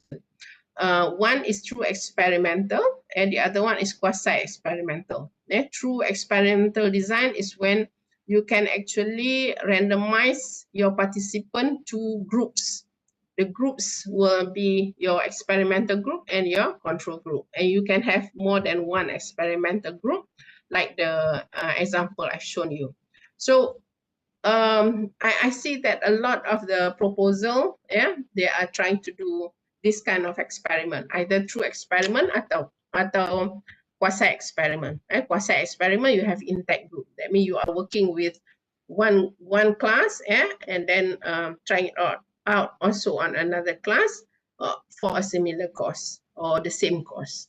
So you have a quasi experimental design. So you need to think about how do you develop the content, test it out on the students. What are you going to measure? How are you going to measure? What are the tools that you're going to use? How many students will you need per group? And then we have qualitative research. I have some slide on this one. Phenomenological research, ethnographic, grounded theory, case study, and mixed method. This is getting quite popular. People are using qualitative, then quantitative, or they start with quantitative, then they end up with qualitative, to give more depth, to their findings. So this is what we call a pre-experimental research design. Don't have to try this one. It is quite it's not robust enough. Because it has a single group, and you are observing subsequent to some treatment presumed to cause change. One short case study design, like you the students undergo the treatment, and then you do some kind of measure after the treatment. Sometimes you have the pre-test and post-test. But it's only one group. So how do you compare whether or not it's really effective? Because you have only one group. So you have a static group. Okay, this is the example, one short case study. X mean treatment. O2 mean the post-test. So you give them some kind of treatment. Let's say you try out a new way of teaching. And then you do a post-test. So you can see why they call it pre-experimental design. So one group, is better than this one. You have a pre-test, at least you know how they fare after they undergo the treatment, whether or not they have improved after they undergo the treatment. So this is the treatment. So you have pre and post. Static group, you have one group, they undergo, and then the other one does not undergo. They have a post-test, but one group. Okay, so then you have the true experiment. True experiment, you get to assign the participants to the group. There will have to be a control group. Only one variable can be manipulated and tested. So the rest you have to control. So let's say you are going to control in terms of the content, you're going to control in terms of who's teaching, in terms of students, pre-test scores. So you can control a lot of things. But you only manipulate on one variable, that is the treatment that you want to do on the students. So we have different types of true experimental design. You randomly assign them to the group. You give one group the treatment, then you do the post-test, and then you're going to compare with the control group. So this is what they call a pre-test, post-test control group design. You randomize. The R is for randomization to the group. So you're going to have two groups, and then you do a pre-test, and then you do a treatment, and you a post-test. For the control group, there is no treatment, but you have a pre and you have a post-test. That's when I said, if what you want to measure is just achievement, there is no real point of doing the experimental research. Because when you do a treatment, surely the students will perform much better as compared to the control group, because you already designed the content so that they are going to learn better. So that's, as I said, there is no real point of just measuring achievement. So what students normally do, researchers do, is to have more variables being measured. like what Dr. Tan just now, he had his pre-test, and then he has his pre-test for algebra, he has his pre-test for Wu geometry test, then he has for his spatial visualization test, then he has his treatment. In between the treatment, he has so many different tests. After the first unit, he has his achievement test here, then he has another achievement test, another achievement test.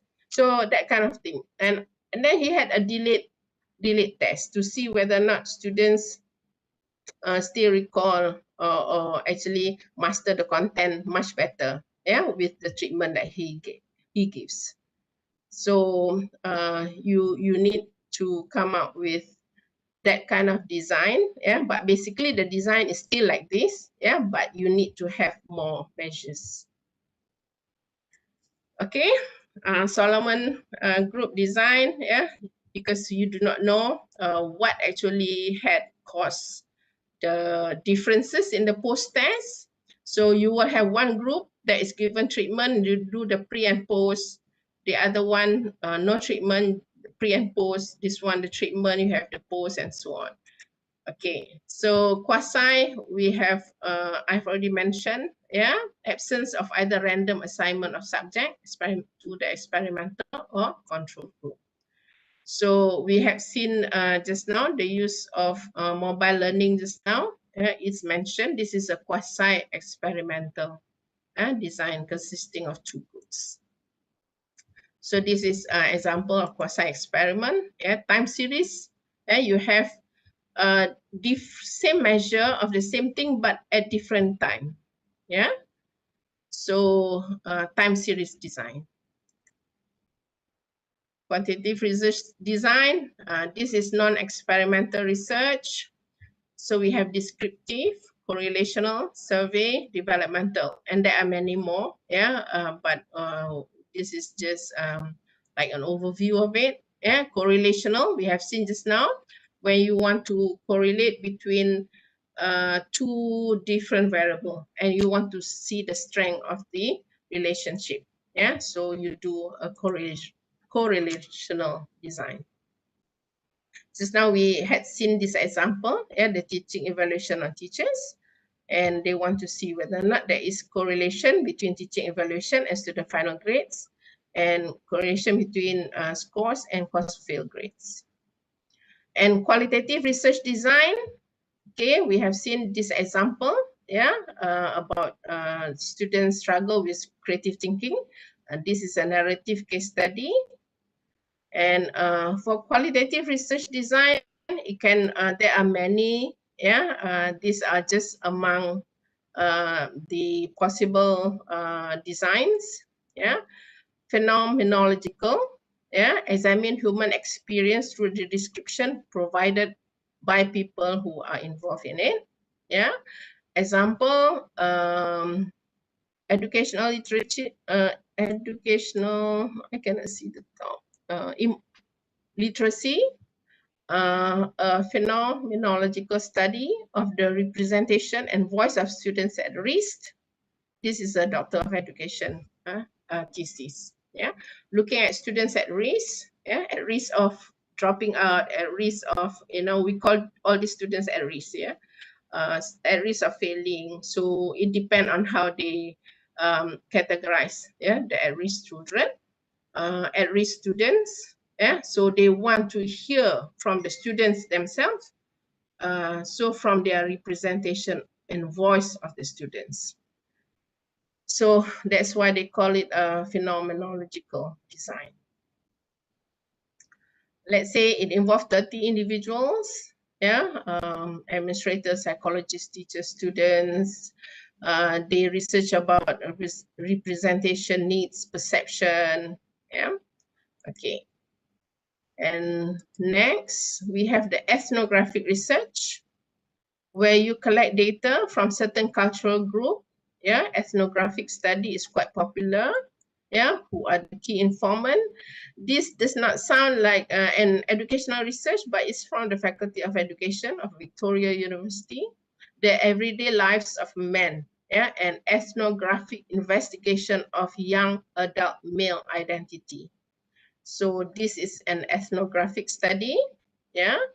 There has been a lot of debate on men identities, health and well-being, and their place within contemporary Western society. So the purpose of this thesis was to contribute to new knowledge of these issues. So the researcher spent over 2 years as a participant observer. So this I'm not sure whether or not in our time limit in doing Soto research, we are able to do this kind of work. Yeah, 2 years. Yeah, is quite a long time for you to collect data, gather data as a participant observer. Yeah, participant observer meaning you are not. They have like what you call naturalistic observer. You are just observing. Participant observer, like you are part of them. Yeah, of a small group of men from a gymnasium. So this guy will have to be in the gym with those people, and at the same time he is collecting data. So this is what we call. This is one example, yeah, of an ethnographic study. Grounded theory, yeah, is used to generate a theory that explains at a broad conceptual level. Yeah, so usually when you do a research, you already have a theory to work on, and the theory will set the direction, yeah, for your research. Yeah, but grounded theory is something that emerges, yeah, from your data, from what you find. Like for this example, being there, a grounded theory study of student perception of instructor presence in online classes. So they look into individual online students, their perceptions.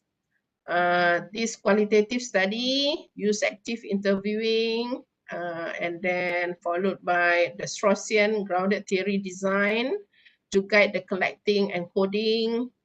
So the researcher collected data through interviews with 16 online students, and then they do the constant comparative analysis. These are all terms that you see in qualitative study of the data generated. A substantive grounded theory, the theory of establishing and sustaining instructor presence to enable student learning. So that emerged, yeah, from the data. So case study, we have seen some case study, yeah, historical research. Maybe we can do that, yeah, in certain areas, yeah. Okay, mixed method. So there is inclination now for people to mix both the qualitative and the quantitative research designs. Okay, we want to talk a little bit about the design and developmental research. So this is not to say new, but it's getting more popular to test theory and validate practicality. Yeah, also known as developmental research or design research, design-based research, and it underpins and practical aspect of what and how of doing. So it produces of new theory in solving a problem, design and development of the new model in each field of study, and development of method and new process in implementation model of existing equipment. Yeah, so we see one example. This is from Malaysia actually. Yeah, employing design and developmental research approach in the design and development of online Arabic vocabulary learning games prototype. So they come up with that prototype. Yeah. So when you come up with a prototype, of course, you have to have certain theories to back it up. You cannot just like develop a prototype without looking into the theories.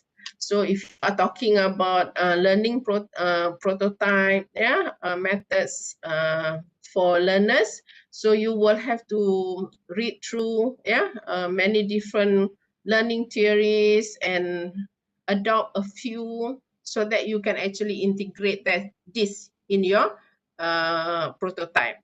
Yeah, so they look into this learning prototype, yeah, to design, develop, and integrate a game-based learning application in an online platform.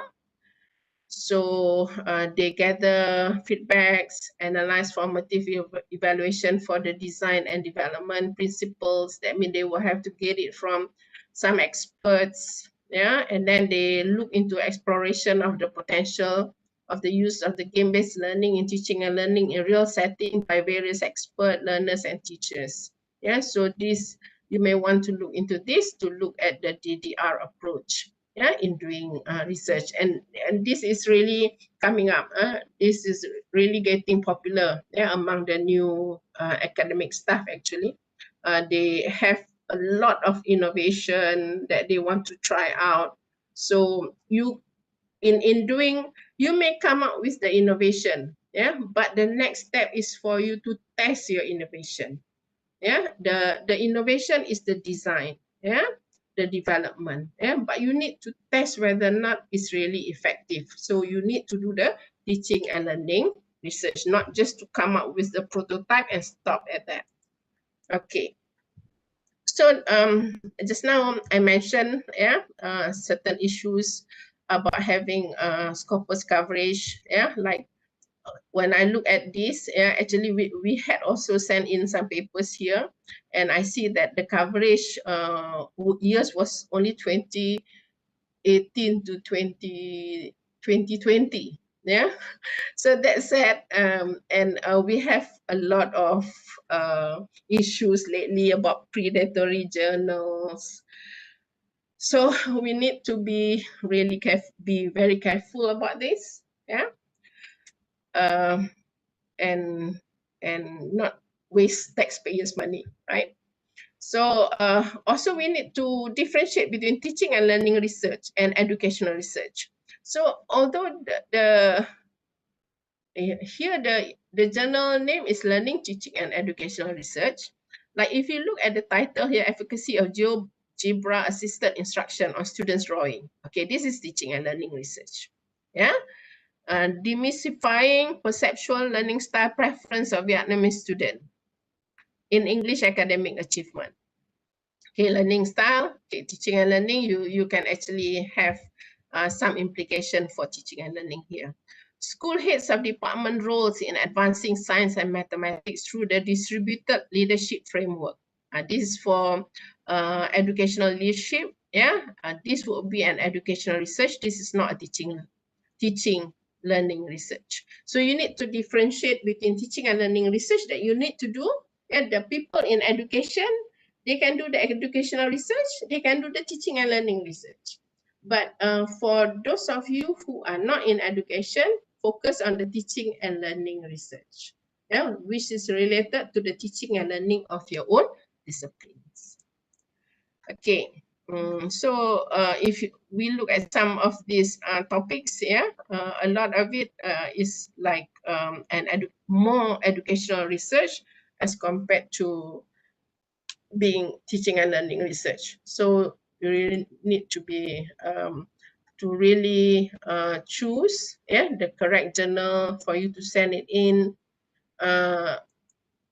Okay, I think that's the last slide. Okay, Prof. Karim, I'm done with the presentation. So we have some time. We have only a few minutes. Wow. I'm Thank sorry you that very you much. still cannot see my face. Yeah, I cannot see you lah. Well, anyway, thank you very much for a very insightful, informative presentation, Prof. Ida, on this topic of SoTL. I think we have learned more than what we expected. So I think probably I hope we would consider if we can invite you in the future to conduct a full-blown workshop on SoTL, boleh, Prof? Yeah, I think kalau full-blown workshop is good if we can do it face-to-face. Maybe Face-to-face lah. when things are cleared up a little bit. Mungkin kita tunggu You need bila dah clear. to go through, sit down, you know, with them. Okay, so just now I make a quick survey. So it seems that about 95% of the participants they want to attend this or SoTL workshop if we conduct one in the future. So that will give me an indication that people are very interested to learn more. In fact, actually, from your presentation just now, we have got already, I think quite a good picture about SoTL. Okay, Prof, let us pick up some questions. We have actually Professor Dato Farhan here, our former TNCAA. So let me pick up, or maybe Dato, you want to ask a question directly, Dato? Yeah, I don't know whether Dato is still here, but there's at 10:27 a.m. Dato Farhan kata many of us in UA in Malaysia had progressed in our career in the more conventional promotion system. Now we are trying to allow SoTL as a new track. How can we overcome the usual stereotype for getting the will and for operationalizing?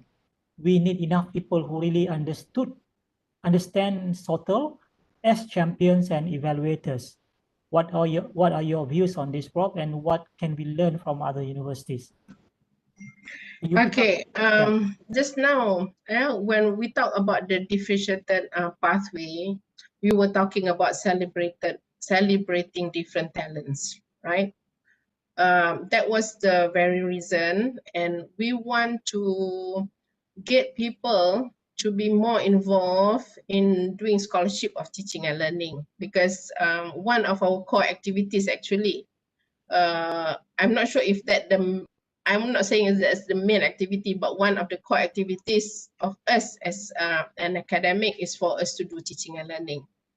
So because when you come up with the criteria, for the teaching track and the research track, both of the people, both track, they have to excel in their own field. If you're an engineer, of course, you have to have your research in engineering. You cannot just do teaching, learning, research and no research on engineering. So this is just to give opportunities for those who want to explore more on teaching, learning, and to recognize their efforts. So we have our teaching track, let's say research and publication in engineering and research and publication in teaching and learning.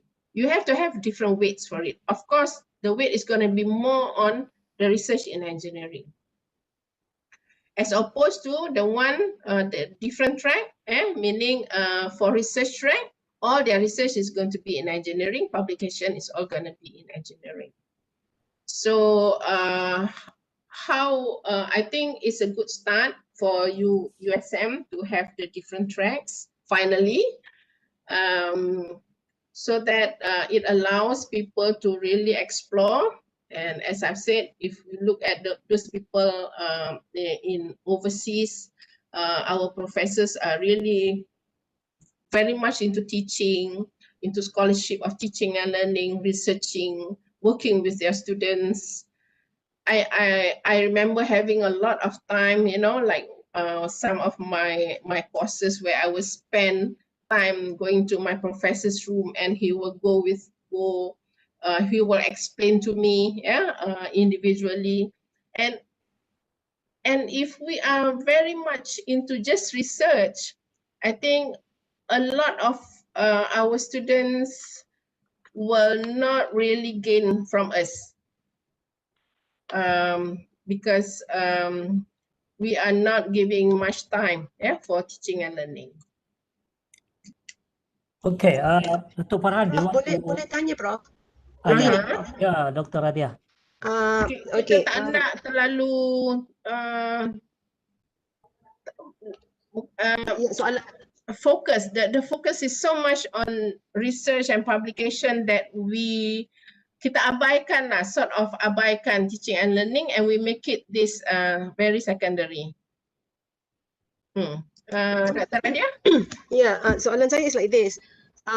When kita dah buat track untuk teaching and learning ini, bila macam Prof kata tadi, maknanya is like beside teaching and learning in our particular area, we also write about our areas. At the same time, we are encouraged to do research on teaching and learning in our areas, not so much like teaching and learning by those people in education, rather just purely on our areas, on how we cope with the teaching and stuff. Is that what you mean just now, Prof?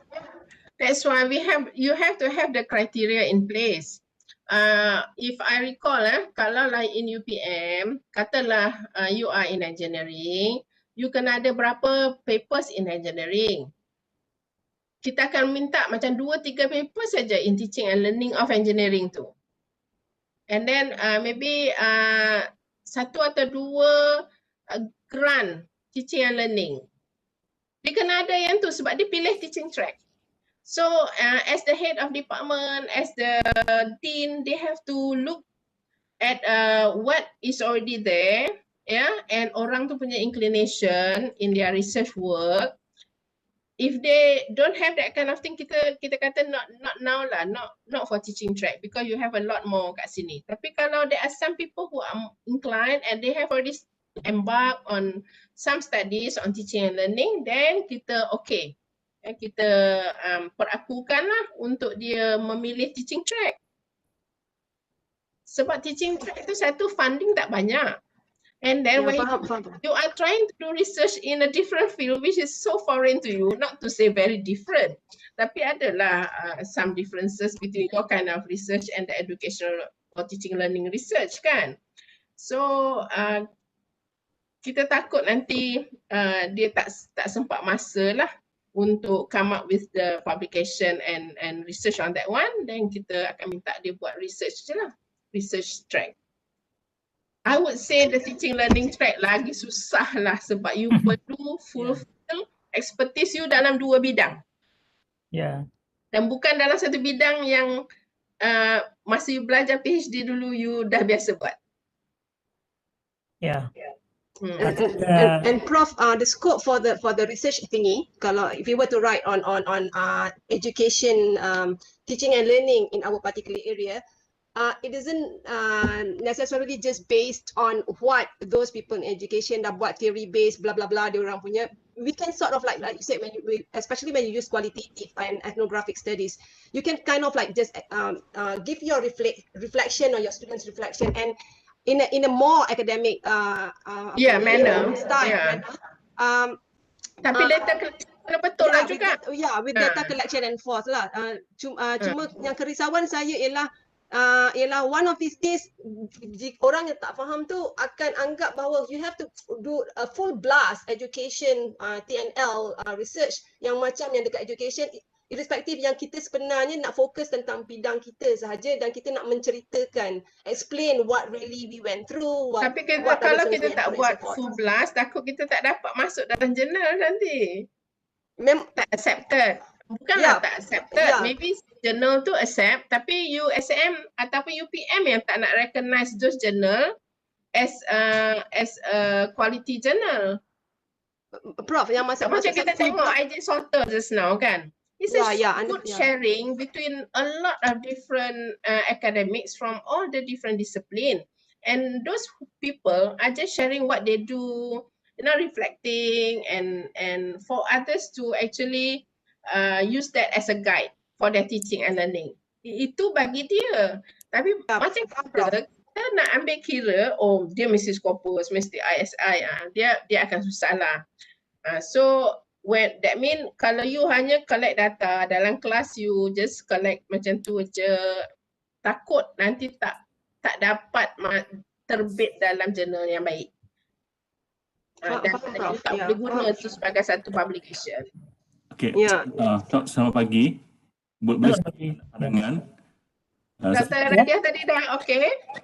Okey Prof, faham. Terima kasih Prof. Okey, selamat pagi. Saya cuma nak bagi pandangan tentang ini siapa ya, saya tak kenal. This is Dr. Doblin from APPT. Amir. User. Dr. Doblin ya. Doblin, Dr. Doblin. Masalah dengan laptop, saya tukar laptop baru ni.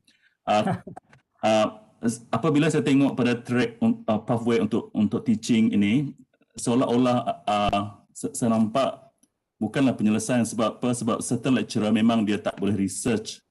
Inilah cara dia untuk melarikan diri some lecturers yang tidak boleh perform dalam research atau publish paper, dan dia mencari pathway untuk melarikan diri, dan satu caranya adalah pergi teaching and learning ni.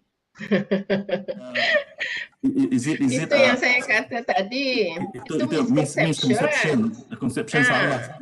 Sebab I think kita telah overlap dengan School of Education, supposed to be School of Education yang buat research on this, tentang behavior of teaching, bukannya pure science yang kita dari engineering dengan daripada pure science medical.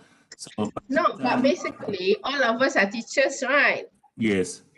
So just now we were talking about scholar teachers, and then to do scholarship of teaching and learning. Saya nampak certain lecturer melarikan diri saja ni, pathway orang melarikan diri sebab dia tidak mampu untuk perform in research. Itu saja yang saya nampak.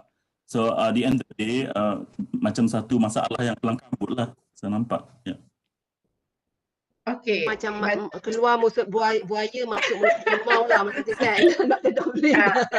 I would say the teaching and learning track kan, kita memang bagi celebrate diversity, right? Tapi but when we talk about us in the academia, we have to be scholars. Macam mana pun we have to be scholars. Scholars mean you do research, you publish, right? So kalau you punya strength is on teaching and learning, you tambahlah from your expertise dalam bidang you tambahin teaching and learning research untuk memperkayakan lagi your CV. But those who are really buat research fizik, dia buat research fizik aja lah. Dia tak adalah buat teaching and learning research on the teaching of physics. So kita beri kelonggaran kat situ sebab dia memang minat buat teaching learning research. Tapi it remains as an academia, you have to be a scholar. Kalau you dapat every time your students evaluate you, pensyarah yang sangat hebat, saya tak habis-habis ketawa dalam kelas, saya sangat seronok belajar dengan lecturer ni semua-semua. Okay, tiap-tiap kali dapat 5 out of 5, right? Kalau you punya scale is 5 lah, dapat 5 point tiap-tiap kali. That does not qualify you for this teaching track. Even kalau you pernah menang anugerah akademik negara pun, sebab you need to have, sebab anugerah akademik negara tak akan lepas juga, sebab anugerah akademik negara pun nak SoTL. Betul kan? Tadi kita dah tengok kriteria anugerah akademik negara, dia require you buat SoTL, you buat research on teaching and learning. Kalau tak pun you tak lepas. So being a popular lecturer, being one who is so dedicated, who motivates the student, tak melepaskan kita for the teaching learning track. You mungkin lecturer yang terhebat, tapi kita di university, we are scholars. Kalau kat sekolah, you boleh jadi guru pakar yang naik pangkat, dia akan naik pangkat berdasarkan kepakaran dia untuk mengajar. Tapi kita ada different roles, three different functions. Our teaching learning, our research and publication, and also our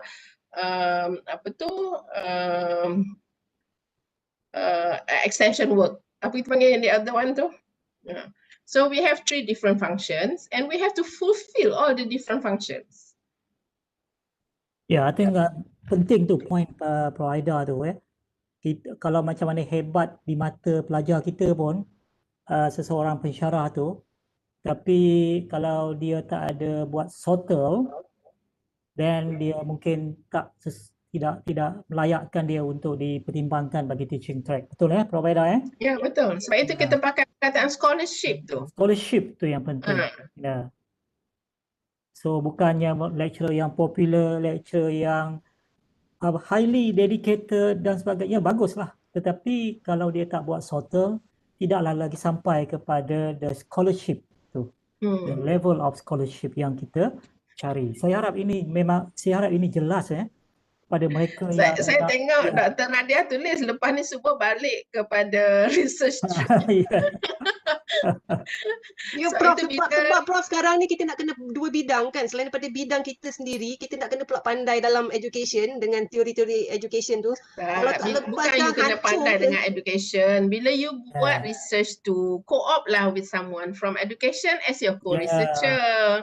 They will Yeah, understand betul. how to, you know, like in terms of the design, in terms of data, in terms of the Betul. tools. Prof Aida, We saya nak share satu can, ni, masa saya mula-mula buat flip classroom. Kemudian saya teringat lagi arwah Prof Hanafi Atan. Dia kata, Kirim, apa ni, you kena buat research on this one. Dia kata, so saya kata saya tak pandai nak buat research yang berkaitan dengan apa ni kan, action research lah. Saya kata tak apa, saya boleh bantu. Dan dia memang ada apa ni kelebihan dari segi buat apa ni teaching and learning punya research kan. So saya combine dengan dia. So di situlah baru saya diperkenalkan dengan action research dan kita kena buat collaborative research, bukannya nak buat seorang-seorang. Ya, kita tak pandai semua. The subject of the research, the data collection is for your class, kan? Ya. Tapi you buat dengan some friends yang from faculty education or some of the social science faculty. Ya. Okey, Datuk Farhan tanya tadi soalan. Ya, Datuk Farhan, apa ni kita pick up your question just now. Tapi mungkin do you want to add anything, Prof, Datuk? Tadi sebab Datuk Farhan ada. Tadi Datuk Farhan tanya kan macam mana kita nak dapatkan Datuk Farhan dah muncul untuk berminat dengan teaching track. Sekarang ni saya dah menakutkan mereka untuk teaching track. Semua dah lari dah. Sebab itu kat UPM kita kata selagi dia tak naik pangkat dia tak boleh tukar track. Ya, Datuk, anyone you want to add or elaborate? That's why kat USM we experimented and we took a long time to sort of look into our teaching track. I pun tak sempat nak perhabiskan lah. It's in the middle of in fact we have actually shortlisted for interview. We understand the apprehension, tapi sebenarnya when we did our teaching track, kita pecahkan kepada dua komponen. Satu yang macam Prof cerita ni lah, the scholarly, that is sampai ke peringkat profesor dan sebagainya. Tapi we wanted also the earlier part dalam kami punya teaching track tu, what we call part 1 to 4 for everybody sebenarnya, supaya kita boleh actually ensure everybody sampai kepada satu tahap pengajaran yang will satisfy our students. So that was our plan lah. That means baseline ni lah. Baseline that we have to be a good teacher lah. Exactly. Good teacher, scholar teacher, do scholarship of teaching and learning. So progression bila diorang dah ada that conviction to teaching, progression to SoTL akan jadi lebih natural. That was our strategy, insyaAllah. Tapi itulah, I kena pass the baton to my successor. Kita tak sempat habis lah. But Prof Karim and our group, Dr. Saiful from PPSP has been working hard lah to help this, and we hope it could be another track lah. Tapi I agree, we have to find the right balance. We have to find the right balance. Dan memang saya baca ni, the teaching track is not easy. It's not an outlet. It's not an escape. So unless you are really into it, I think we need to find the right balance. And USM is trying to accommodate as many as possible to celebrate the different competencies. But it's easier said than done. So itu je lah. Yelah, macam okay, Prof Karim, saya ingat tak nak cakap, ingat nak snip in je, Prof Karim. We have to continuously seek knowledge. Thank you, Prof. Enjoying your talk I'm enjoying your talk as a freer man today. So thank you very much for sharing. Yeah, I saw the new announcement. So we continuously seek knowledge. So kalau lah macam kita try out things, kalau kita tak test whether or not what we are doing is really beneficial for the students, kita tak rasa puas hati. Macam we are just doing like trial and error thing. And this semester I nak try lah macam ni, and then kita pun buat, and then kita tengok result, and then next semester kita try lah something else yang hari tu tak jadilah. You know, like, but you need to have it more formalized, do a real research so that you have data that can support whatever practices that you think should be tried out. in different kind of discipline, different kind of content. Kita tak mahu short sendirilah kan. Short sendiri kita kan, short sendiri. kan orang kata kita ni buat research short sendiri kan. Itulah. Taklah kita buat flip classroom lah, kita buat active learning lah, kita buat segala macam dan kita rasa benda tu ada impact. Tapi sebenarnya kita short sendiri ya, sebab kita tak ada properly research and get evidence positif ataupun negatif impact daripada pelaksanaan yang kita buat kan. So I think very important juga supaya people don't get the impression ataupun misconception that teaching track ini sebagai satu escapism, satu outlet macam Datuk Farhan kata tadi untuk orang mudah naik pangkat. Sebenarnya saya berharap supaya our academic staff melihat SoTL ini sebenarnya sebagai suatu kaedah untuk menambah baik pengajaran masing-masing supaya kita dapat melakukan sesuatu itu berlandaskan kepada evidence daripada research yang kita buat dalam pengajaran kita ya. So provider ada satu soalan daripada YouTube tadi. Dia tadi. Okay, dia kata what references there's published papers or books that you would recommend for beginner to start venturing into SoTL? Ada buku-buku yang satu atau dua? Ada banyak. Ada banyak lah kan? Dalam my slides tadi nanti I will pass the slide to the secretariat kan. So there are a few books on SoTL. There's a lot of books on SoTL. Okay. Ya, ada banyak buku on SoTL ya. It starts off in the Indiana University. That's where they have the Center for Advancement in Teaching. Tapi saya rasa permulaannya mungkin kena baca dulu yang Boyers punya Boyers model. Boyers model for integration of research, discovery of research dan sebagainya lah. Okey, ada tak lagi soalan ni? Dalam buku SoTL tu mesti ada cerita Boyer dulu. Yep. Yeah. Boyer. Alright. Okay, any last one or two questions from the audience? Pada provider, saya rasa banyak benda yang kita dapat dari sini. SoTL, kalau selama ini kita dengar SoTL, so maybe now we get a clearer idea. And for those who are considering for teaching track, I hope you get a very clear idea and understanding of what does it take to really, to be considered for teaching track ya. So jangan kita fikir bahawa kita orang student kita kata hebat, teaching course evaluation kita 99% every semester ya. You pakai ni score macam tu. Ya, kita pakai score, kita adalah ada final score macam tu kan.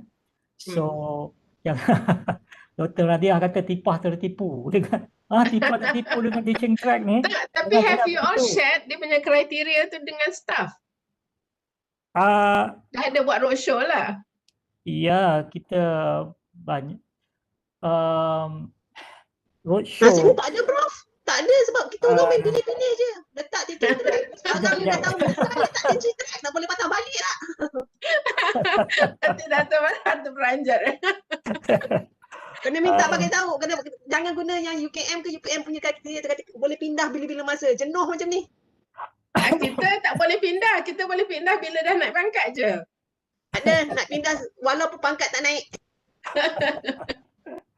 Alright, okay. Tak apa, I'm not sure kita akan make it more, apa lagi orang kata, kita akan meneruskan usaha untuk memberikan kefahaman, menyemarakkan dan memberi kefahaman kepada masyarakat USM supaya teaching track ini benar-benar difahami oleh semua warga USM. Jangan bimbang Dr. Rodia, Dr. Udi. Okay. Dr. Rodia fakulti apa ya? Saya kemanusiaan. Tapi saya nak galakkan Prof Karim hantar blastkan tentang kandungan video hari ni supaya orang tahu yang teaching track tu bukan senang. Kena blastkan hari ni punya video, Prof. Dr. Odi, I will convey the message to our new TNCAA. Tak payah, tak payah. You know. The new TNCA fakulti apa? Yang Malaysia. Oh, okay. Dekan Audi lah dulu. Alright. Okay. So, kalau tak ada apa-apa soalan lagi, saya ingin mengucapkan banyak terima kasih kepada Prof. Dr. Aida. Walaupun Dr. Aida nak pencen, dah bersara, tapi saya masih nak panggil lagi Prof. Aida sebab biasa panggil Dr. Aida dengan Prof. Aida ya. So, mari kita tunjukkan, kita memberikan penghargaan appreciation kepada Prof. Aida. Ada ikon tepuk tangan tu, kita tepuk tangan ramai-ramai. Kita tepukan yang gemuruh kepada Prof. Aida. Tak sama Prof, ikon tak sama dengan tepukan sebenar. Okay, Dia tak nampak muka saya hari ni. Okay, Prof. Aida, thank you so much, and we will arrange for maybe a full-blown workshop face-to-face apabila keadaan telah pulih seperti sedia kala. So thank you, and thank you everyone. Okay, thank you everyone. Thank you Prof. Karim. And Dr. Farhan. Jangan lupa isi borang kepada semua partisipan, isi borang penilaian untuk mendapatkan mata CPD ya. Okay, thank you so much ya Prof. Aida ya. Kita jumpa lagi. Okay, thanks. Okay, Assalamualaikum. Prof. Karim, tak payahlah kita tunggu PKP selesai sebab nak buat program bersemuka ni susah. Kalau tu sekarang ni pakai Webex pun tak apalah, minta Prof. Aida kongsi dalam guna Webex. Sebab face to face lah, insyaAllah. Face to face tu lah macam lambat Prof. Buatlah sekarang juga. Kita boleh buat sedikit. InsyaAllah. Tak sabar Prof. Aida nak belajar. Sebab kalau nak tunggu PKP habis, Allahu Akbar, zaman bila kita ni lofa. Nanti kan kita dah dapat cucuk kan, dah dapat vaksin. Ya, itulah. Mungkin lepas raya, mungkin bulan 6, mungkin bulan 7, tengok insyaAllah. InsyaAllah. Saya cuba buat secepat mungkin lah ya. Nanti saya akan buat arrangement dengan Prof. Aida. Don't worry, Holly. Okay, Prof. Jangan lupa Udi first kali pelajar pertama. Alright, okay. Okay, Assalamualaikum warahmatullahi wabarakatuh. Waalaikumsalam warahmatullahi wabarakatuh. Terima kasih semua. Okay, bye. Link untuk download slide akan diletak dalam video di YouTube. Ya. Okay. Okay, noted Prof.